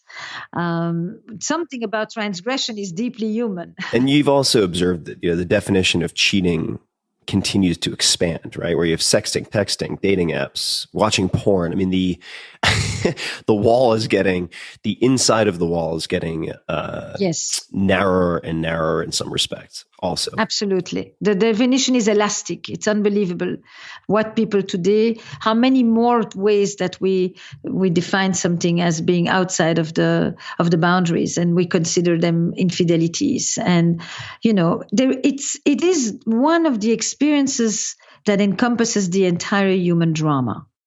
Everything. Jealousy, hurt, betrayal, pain, lust, love, passion, all of it. It's like every opera. There's a reason, and it is one of the most complex human experiences to really delve into. But it is like endlessly fascinating. And so I wanted to rethink infidelity. What does it mean today? Why does it happen in any kind of relationship? What does it mean to know that your partner never really belongs to you? They're only on loan and with an option to renew or not. So related to that, I get asked about marriage and kids a lot, even though I feel very unqualified to comment on either. But what is the argument for marriage these days? Because I have trouble coming up with one. The argument that comes to mind, because the legal construct, the financial consequences, the difficulty in the sort of unraveling, if you want to change direction or a new chapter means a new partner, whatever it might be, there are a lot of consequences. Now, the only argument that I can come up with for it is related to loss aversion, where maybe if you really want to make a strong, committed effort to maintain a relationship for a long period of time, that if you have something to lose, if you don't enforce that in this case takes the form of a legal construct that you're not going to put in the requisite effort. So, okay, but it just seems to me that there's so much downside that prevents flexibility. How do you think about that? Or is there an argument for the legal construct of marriage? Because I have more and more difficulty as I see friends' marriages imploding, exploding. Good people, often faithful people. It gets harder and harder for me. Yeah, but Americans love to marry. They marry once, twice, 3 times. Part of the way that I began the project of writing about infidelity came out of the Lewinsky-Clinton scandal, because I was very intrigued. Why was this country so tolerant about multiple divorces and so intransigent about the slightest transgression? Right. Fair enough. No matter how much sex becomes open, they remain intransigent about the subject of infidelity. And the rest of the world, by the way, that is more family oriented, has always opted the other way around. You protect the family, and you don't divorce. So there is why Americans love to marry. I have never fully understood. I mean, I have my thoughts, but it's not like I have a definitive answer to that. I think there's two questions. There is, why do people, why is a deep, meaningful connection with another human being with whom you weave a story, along the stages of life? That is one thing. Does it need to take place within the construct of marriage is a very different thing. Agreed. So, in Europe, we marry much less, but we have families. And we try to create families with what modernity has given us, which is a rather nuclear model of family, which is a very difficult model for family and a terrible model for couples. We were not meant to be two adults with two or three or four children all alone in cities. I mean, none of it is the way we were meant to do it. And so it's extremely taxing on the couple. And at the same time, the only reason families today survive is if the couple is doing relatively well. Right. That's the only thing keeping families together. So we're facing a very interesting thing. At the same time, if Apple sold you a product that fails 50% of the time, would you buy it? And yet that's what happens to marriage. Right. So if you think that that's a guarantee, think again, because at this point it is really not doing that well in terms of guaranteeing you things. But I think there are very few rituals at this moment. With the loss of traditional religion, there are very few rituals. There are very few structures, very few institutions to which we can adhere. And I can see that in that sense, the importance of marriage as a ritual that is rooted in a tradition, and that comes with a code of conduct and with an official norm to it. And so that's where I place marriage. I don't think of it in legal terms at all. I think of it very much in terms of its cultural meaning. Mm-hmm. There are very few, it's like a spine. There are very few things people can hang themselves on these days. Everything is about the self. And the burdens of the selves are very heavy at this moment. So marriage has become that institution that still tells you how to go about doing these things in life.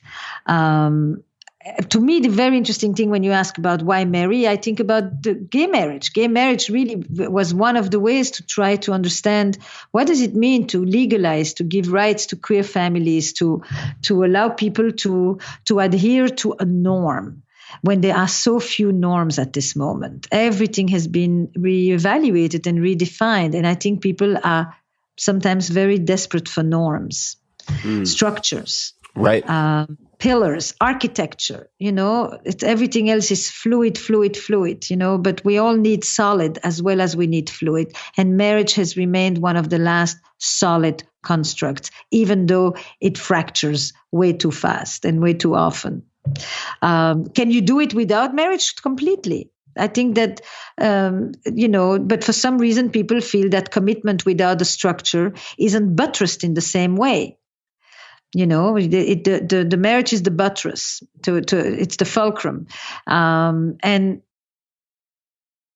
I don't know if relationships, actually, that would be an interesting thing to look at numbers. Do relationships that are not held together by the contract of marriage, do they dissolve any more in Europe than they do here? I'm not sure. It's 52% or 48% at this point. Maybe it's gone down a bit on first marriage. But the fascinating data is not first marriage. It's 65% divorce rate on second marriages. 65%. Yeah, that is the much more interesting data. Yeah. Why? Why? Why do you find it interesting? Because it touches on something else that I think is much more interesting certainly as a couples therapist, is that, okay, let's assume the second time it's easier. You've done it the first time. You may not have the young children, et cetera, et cetera. But to me, the more interesting thing is that the first time you still actually adhere to the model. I think that often the divorcees are the true idealists. They believe in the model. They just chose the wrong person and they'll do better next time. Mm-hmm. The second time, they begin to think that maybe it's not all about the other person and that maybe it's time to take some responsibility for themselves. Everybody at some point has some relationship things to work out. And the only question is with whom? Who are you going to do it with? But it would seem that at some point you should also ask, wait a second, if the people are coming out of the same factory, meaning the structure that has a 50% failure rate, perhaps the structure should also be a variable under consideration, I would think. Absolutely. But that's coupledom. That's not just marriage. I would Sure, say that sure, I agree.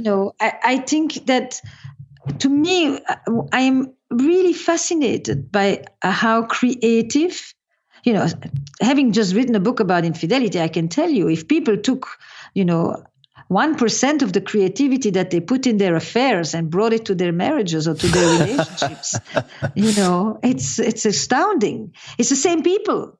Change context and they suddenly are filled with imagination and attention and focus and generosity and kindness and desire. It's like, so it's not marriage per se as coupledom. And for some reasons, the expectations of coupledom have never been higher. But what people invest in it hasn't really measured up. Mm-hmm. People bring the best of themselves not to their partner. They bring the best of themselves at work, to their friends, to their colleagues, to their hobbies, to their children, for that matter, much more, not to their partner. And that is a much more interesting thing to me than marriage per se. It's like, I don't ask so much, why do people marry? I ask more, why do people so often bring the leftovers to their partner while at the same time wanting their relationships to be so glorious? Something doesn't click. What do you think the answer is? It's like when people say my partner is my best friend. And I'm sometimes, especially in my office, I have to say, do you treat your best friend like this? Right. What kind of BS is this? I mean, no, that's not how would you say this to somebody else? Could you imagine being that critical with your friends? Mm-hmm. What is the idea? And this is where marriage comes in. It's because you really think that because you married, the other person is just going to be there and take it. Vice versa. This is in both directions, right? Sure. It's like that there is something about the seal underneath that has locked this, that allows people to then behave subpar. Right. And maybe if there was more of a fear of losing it, because your friends won't take it. Certainly your boss won't take it. Your colleagues won't take it. You behave that way at work, you're out. Mm-hmm. But at home, you think you can do these things. You can treat people really poorly. You can put them down. You can disqualify them. You cannot listen to them. You can shout. You can kick. You can neglect them. You can be indifferent. I mean, my God, there is so many ways to not behave well at home. And then call them, it's like, to me, this is where I make people accountable. It's like, excuse me, you can't trap another person. This is like, marital sadism. So we could talk for hours, and you have a number of different venues and vehicles through which you're exploring these topics. The book is one, of course. And could you say the title of the new book one more time, please? So the book is The State of Affairs, Rethinking Infidelity. So I suspect that will be, as your talks and previous work has been, very, very popular and topical. And I would say this. I would say, why do people cheat? Why do happy people cheat? Is infidelity always a deal breaker? Why do we think that men need variety and are bored, whereas we think that women are hungry for intimacy and lonely? Why do we have such complete different ideas about why men and women cheat? What do we do with jealousy? Can love ever be plural? Is possessiveness an arcane vestige of patriarchy, or is it intrinsic to love? It's all these questions that I'm taking on. And you're also going to be exploring that in your own program on an Audible channel soon, as I understand it. Yes. And So- if you wouldn't mind describing that just a little bit. Yes, I'm very excited about it. I mean, it's really different ways of exploring. You know, the book, The State of Affairs, is not really a book about infidelity. It's really a book about what do we learn from infidelity about the human heart and the human condition. So I use that lens to enter and to excavate, many, many subjects. And I wanted to also have, the opportunity of letting people come into my office and actually be in those conversations that I have with couples, because most of the time we have no idea what happens in a couple. Couples are isolated islands. Sometimes the women may talk to somebody and the men talk to very few. And so we have no idea what's in the antechamber, of the couple. And I did a series with Audible, and we're going to do a second one already, that of 10 couples therapy sessions covering a range of subjects, where you think you are actually entering into the intimacy of these other relationships, and you very quickly realize that you're actually looking you're looking at your own mirror, and you're looking at yourselves, and you start to talk with the people of your life, your partners or others, about where you are in relation to these questions. And there are stories of infidelity, and stories of sexuality, and stories of raising children, and stories of infertility, and stories of unemployment, and it's a very, very poignant experience, because it's intimate in your ear. You don't see them, but you hear them. 10 couples who have volunteered to come and have a session with me, like I do generally in my office. It's exactly what I would normally do, but this time recorded and told as stories to share and stories to invest ourselves in. What is the name of the series? Where should we begin? Where should we begin? Isn't that what every session Yes. starts? Indeed. Where should we begin? So there are only, and for people listening, in the show notes, I will have links to everything that I can get links to that we've discussed. So the podcast comes out May 18, and at first it will be on Audible and on Amazon Prime. And then the book comes out in September, will be in stores October 10, and then the podcast will also be released on iTunes, and so it will be re-released at the same time as the book comes out. So I have just a few more questions. I want to let you get back to your day, but just as we wrap up, a few quick questions. One is, what books besides your own have you gifted the most to other people? Oh, the book I've probably gifted the most is Viktor Frankl, The Search for Meaning. Since I'm 16. Mm-hmm. That's a fantastic book. And what about reread the most yourself? What book have you reread, or books, any books that come to mind that you've reread? I recently reread The Art of Loving by Erich Fromm. I reread The Erotic Mind by Jack Morin. I reread for this book, I reread Madame Bovary, which was very disappointing. I'll tell you what I reread that I loved, because one of my kids was reading it in school, Crime and Punishment. Yeah. You can reread the Russians. That will just, they are timeless. And if you had a billboard, this is a metaphorical question, but if you had a huge billboard where you could put a short message on it, non-commercial, but a short message up, could be one word, could be a sentence, could be whatever, to get out to millions of people, what would you put on that billboard? Or what might you put on that billboard? There's always more you can do for another. Do something for just don't have your day without having done something for someone that you don't know, for that matter. not just for the ones that are in your little circle.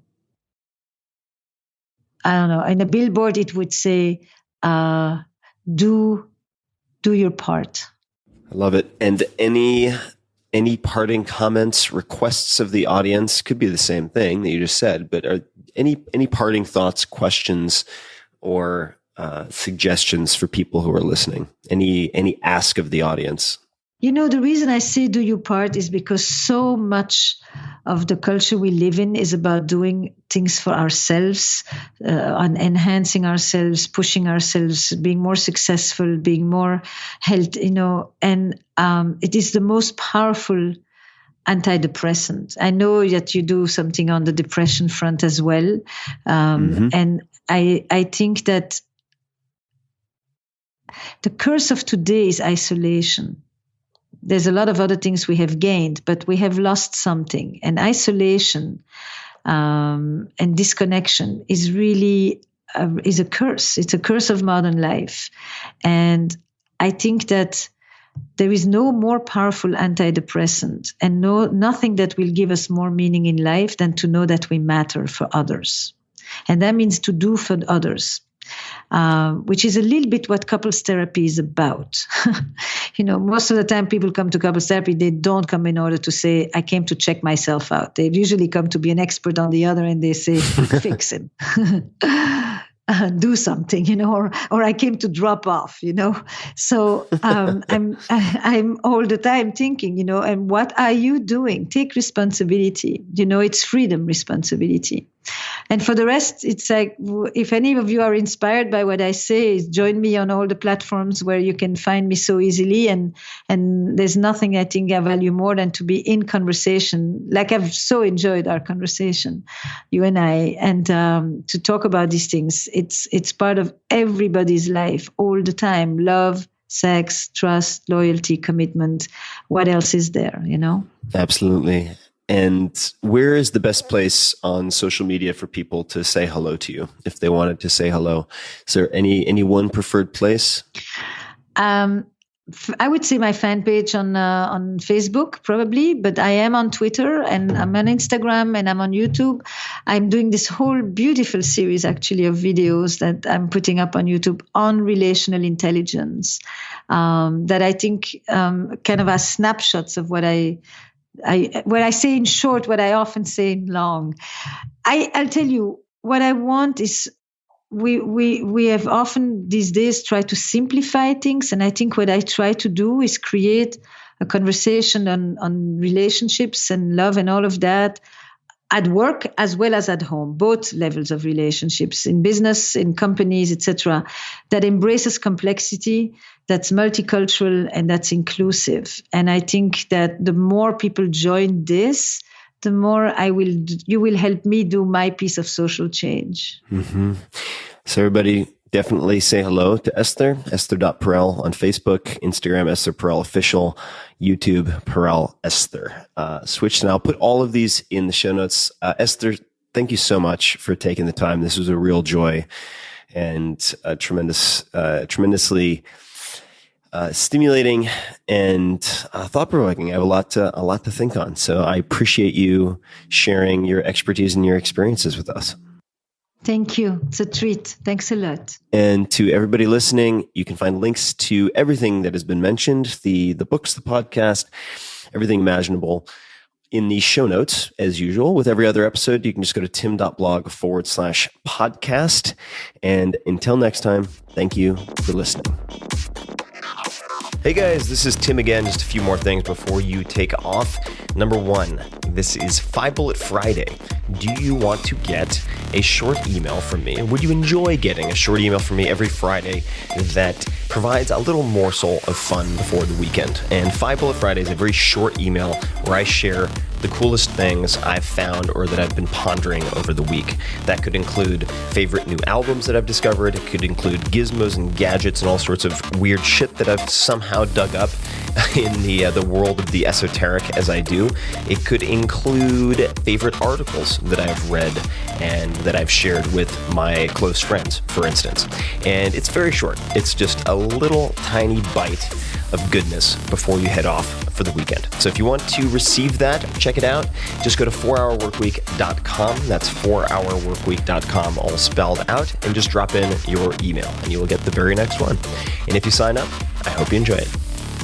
This episode is brought to you by Laird Superfood. I love this company. I love their products. I just got a huge box delivered yesterday for a re-up because I always keep it in stock.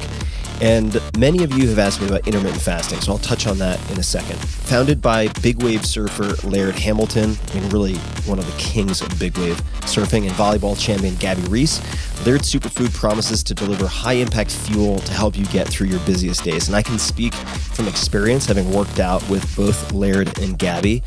These are people you want to emulate. They're just incredible physical specimens, and their combination of performance and longevity is unlike perhaps anything I've ever seen elsewhere. Laird Superfood offers a line of plant-based products designed to optimize your daily rituals from sunrise to sunset. My favorite two products that I put in just about everything are their turmeric superfood creamer and the unsweetened superfood creamer. And a $10 bag of either of these will last you a really long time, so the bang for the buck is incredible. Both can really optimize your daily coffee or tea ritual. I really put them in any warm beverage that I make for myself, and that's where the intermittent fasting comes in. So if I'm going to skip meals, I really like to use some of either the unsweetened or the turmeric superfood creamer. They are packed with, among other things, a full range of MCTs, that's medium-chain triglycerides, to help keep you and your brain going from AM to PM. So that's part one. They're also packed with real ingredients like organic extra virgin coconut oil, coconut milk, and aquamin, and they come in all sorts of flavors, including cacao and, as I mentioned, turmeric. You just have to stir them. You don't really need any instrument for that. You can just do it with a spoon. You could power froth if you have a little frother, or blend otherwise into your cup of coffee, for instance, for a nourishing and energizing superfood latte you can feel good about using to kickstart your day. It's also, for me, an affordable indulgence, right? Because black coffee, I love black coffee, but after having 1,000 cups of black coffee at home, I just want a change. And so to feel like I'm having a decadent cappuccino of sorts, plus brain fuel on top of that, really can make the difference in winning the morning for me. So, Laird Superfood. They understand that food is fuel, and the better fuel you have, the harder and further you can go. This is an easy and inexpensive way to really add some octane to your mornings and amplify your daily rituals. They have a diverse product line, including superfood creamers, as I mentioned, the two that are my favorite, turmeric and unsweetened, delicious hydration solutions, and much more. For a limited time, Laird Superfood is offering you guys, my listeners, 20% off of your order when you use code TIM at checkout. Check out lairdsuperfood.com. That's LAIRD. lairdsuperfood.com/Tim to see my favorite products and learn more. Again, that's lairdsuperfood.com/Tim and use code TIM for 20% off of your order. One more time, take a look. I use this stuff all the time, and I recommend trying it out. lairdsuperfood.com/Tim, promo code TIM. This episode is brought to you by ButcherBox. ButcherBox makes it easy for you to get high-quality, humanely raised meat that you can trust. They deliver delicious 100% grass-fed, grass-finished beef, free-range organic chicken, heritage breed pork, and wild-caught seafood directly to your door. For me, in the past few weeks, I've cooked a ton of their salmon, as well as 2 delicious barbecue rib racks in the oven. Super simple. They were the most delicious pork ribs I've ever prepared. My freezer is full of ButcherBox. When you become a member, you're joining a community focused on doing what's better for all. That means caring about the lives of animals, the livelihoods of farmers, treating our planet with respect, and enjoying better meals together. ButcherBox partners with folks, small farmers included, who believe in going above and beyond when it comes to caring for animals, the environment, and sustainability. And none of their meat is ever given antibiotics or added hormones. So how does it work? It's pretty simple. You choose your box and your delivery frequency. They offer 5 boxes, 4 curated box options, as well as the popular custom box, so you get exactly what you and or your family love. Box options and delivery frequencies can be customized to fit your needs. You can cancel at any time with no penalty. ButcherBox ships your order frozen for freshness and packed in an eco-friendly 100% recyclable box. It's easy, it's fast, it's convenient. I really, really enjoy it. And best of all, looking at the average cost, it works out to be less than $6 per meal. And for a limited time, new members can get 2 pounds of free ground beef in every ButcherBox order by signing up today at butcherbox.com/Tim. That's up to $180 in savings per year. Check it out. All the details and goodies can be found at butcherbox.com/Tim. Again, that's butcherbox.com/Tim.